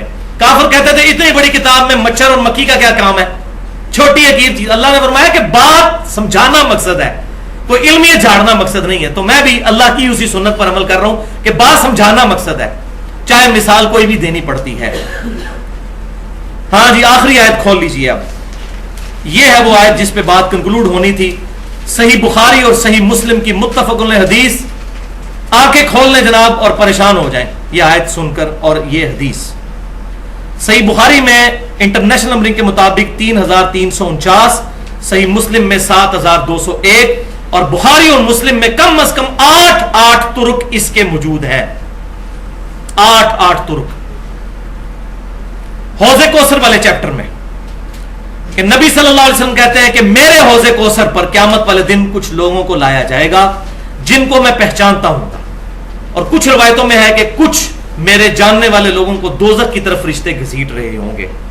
میں کہوں گا اصحابی اصحابی, یہ میرے صحابہ ہیں, یہ میرے صحابہ ہیں. تو مجھے بتایا جائے گا میرے ان کے درمیان ایک دیوار کھڑی کر دی جائے گی اور مجھے بتایا جائے گا اللہ کے نبی صلی اللہ علیہ وسلم آپ کو نہیں معلوم کہ آپ کی وفات کے بعد یہ لوگ دین سے الٹے قدم پھیر گئے تھے اور انہوں نے دین میں بدعتیں جاری کر دی تھیں. آپ فرماتے ہیں میں کہوں گا سحقن سحقن لمن غیر بعدی, سحقن سحقن لمن بدل بعدی. ان پر پھٹکار ہو, ان کو مجھ سے دور کر دو جنہوں نے میری وفات کے بعد میرے دین کو بدل دیا. والعیاذ باللہ تعالی. اور بخاری اور مسلم میں موجود ہے, راوی کہتے ہیں اس سے مراد وہ لوگ ہیں, وہ صحابہ ہیں جو حضور کی وفات کے بعد مرتد ہو گئے تھے, مسلمہ کذاب کے ساتھ مل گئے, منکرین زکات, کتنے قبائل مرتد ہو گئے. اسی لیے تو حضور نے فرمایا تھا, سنن ابی داؤد, جامع ترمذی اور ابن ماجہ کی صحیح حدیث ہے, علیکم بسنتی و سنت الخلفاء الراشدین المہدیین. وہ پوری حدیث اس طرح ہے کہ میری وفات کے بعد اتنے اختلافات پیدا ہو جائیں گے تو تم پر میری اور میرے خلفاء راشدین کی سنت لازم ہے. تو ہم الحمدللہ خلفاء راشدین کی تمام کے تمام قتال, چاہے وہ سیدنا علی کے ہوں یا سیدنا ابو بکر کے ہوں یا سیدنا عمر کے ہوں یا سیدنا عثمان کے, ان تمام معاملات میں ہم خلفاء راشدین کو حق پر مانتے ہیں الحمدللہ. تو یہ قبائل مرتد ہو گئے تھے, ہے صحابہ تھے, حضور کو دیکھا تھا ایمان کی حالت میں, لیکن بعد میں ایمان پر قائم نہیں رہے. والعیاذ باللہ تعالی. بڑا نازک معاملہ ہے, اس پہ میں نے بڑی خطرناک گفتگو بھی کی ہے. مسئلہ نمبر 34 کے نام سے منافقت کی تعریف, اس کی اقسام اور اس کی مثالیں, اور اس میں نے بتایا کہ بڑے بڑے صحابہ بھی ڈرتے تھے کہ ہماری ایمان پر موت ہو, ڈرتے تھے, اللہ سے دعائیں کرتے تھے. تو ایک روایت جس کا میں نے حوالہ دیا بخاری اور مسلم کا انٹرنیشنل نمبر, یہ حدیث آگے بھی چلتی ہے, اصحابی اصحابی, جو یہ اکثر ہمارے لوگ دوسرے مکتبہ فکر کے بھائیوں پر لگا رہے ہوتے ہیں کہ یہ بدعتی, یہ اس میں طویل خاص میں تو صحابہ کے بارے میں یہ جو بعد میں مرتد ہوئے. اصحابی اصحابی, آگے الفاظ ہیں کہ آپ صلی اللہ علیہ وسلم فرماتے ہیں, جس کا میں نے حوالہ پڑھا بخاری 3349, مسلم 7201, کہ میں اس وقت وہی کہوں گا جو عبد صالح عیسیٰ ابن مریم کہیں گے. سورۃ المائدہ کا آخری رکوع ہے, عیسیٰ علیہ السلام اپنے ماننے والوں سے اعلان برات کر دیں گے, تو حضور کہتے ہیں میں بھی اعلان برات کر دوں گا, میں اس وقت وہی کہوں گا بسم اللہ الرحمن الرحیم, سورۃ المائدہ آیت نمبر 117, آپ کے ریفرنس پہ آخری آیت نمبر 12. اور امام بخاری نے اس آیت کو ہیڈنگ بنایا کتاب التفسیر چیپٹر میں, وَكُنْتُ عَلَيْهِمْ شَهِيدًا مَا دُمْتُ فِيهِمْ. اے اللہ جب تک میں اپنے ان صحابہ میں موجود تھا ان پر گواہ تھا, ان پر گواہ تھا, یا حاضر و ناظر, اس وقت تو سامنے موجود تھے. فَلَمَّا تَوَفَّيْتَنِي, لیکن جب تو نے مجھے پورا کیا, اٹھا لیا, كُنْتَ أَنْتَ الرَّقِيبَ عَلَيْهِمْ, اس وقت تو ہی ان پر گواہ تھا. وَأَنْتَ عَلَى كُلِّ شَيْءٍ شَهِيدٌ, اور ہر چیز پر گواہ حاضر کے بجائے عالم و ناظر تو ہی ہے, یہی ہوئی شہید لفظ. یہاں پر اب شہید لغت کے معنوں میں آیا ہے, اصطلاح کے معنوں میں نہیں, کہ اللہ تعالیٰ ہر چیز پر گواہ ہے. یہ وہ ہے, وہ شہید ہے, وہ تو امت بھی ہے شہید, شہادت علی الناس. تو جب تو نے مجھے اٹھا لیا پھر تو ہی ان پر گواہ تھا. اور اگلی آیت پھر چلتی ہے, اللہ اب یہ تیرے بندے ہیں, چاہے ان کو عذاب دے چاہے ان کو بخش دے. تو اللہ تعالیٰ فرمائے گا آج کا دن وہ ہے جس دن سچوں کو سچا عقیدہ نفع دے گا, بخشش کوئی نہیں ہے جس نے نبی صلی اللہ علیہ وسلم کی مخالفت پر عقائد کھڑے۔ اس حدیث کے ساتھ بخاری اور مسلم میں مشہور تابعی جو یہ حدیث روایت کرتے تھے عبداللہ بن ابی ملیکہ رحمۃ اللہ علیہ، وہ کہا کرتے تھے، اور وہی ہماری آخر میں دعا ہے۔ اسی حدیث بخاری اور مسلم میں، یہ دیکھیں کیسی کرامت ہوئی ہے، یہ آخر میں دعا بھی وہی آ رہی ہے۔ بخاری اور مسلم کی یہی اصحابی والی حدیث کے اینڈ پہ دعا ہے۔ عبداللہ ابن ابی ملیکہ کہتے ہیں، اے اللہ ہم تجھ سے دعا کرتے ہیں کہ تیرے نبی کی وفات کے بعد ان کے دین سے الٹے قدم نہ پھریں، آمین۔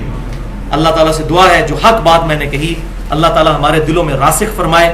اگر جذبات میں میرے منہ سے کوئی غلط بات نکل گئی تو اللہ تعالیٰ ہمارے دلوں سے محو کر دے، ہمیں کتاب و سنت کی تعلیمات پر عمل کر کے دوسرے بھائیوں تک پہنچانے کی توفیق عطا فرمائے۔ سبحانک اللہم و بحمدک، اشہد ان لا الہ الا انت، استغفرک و اتوب الیک، وما علینا الا البلاغ المبین۔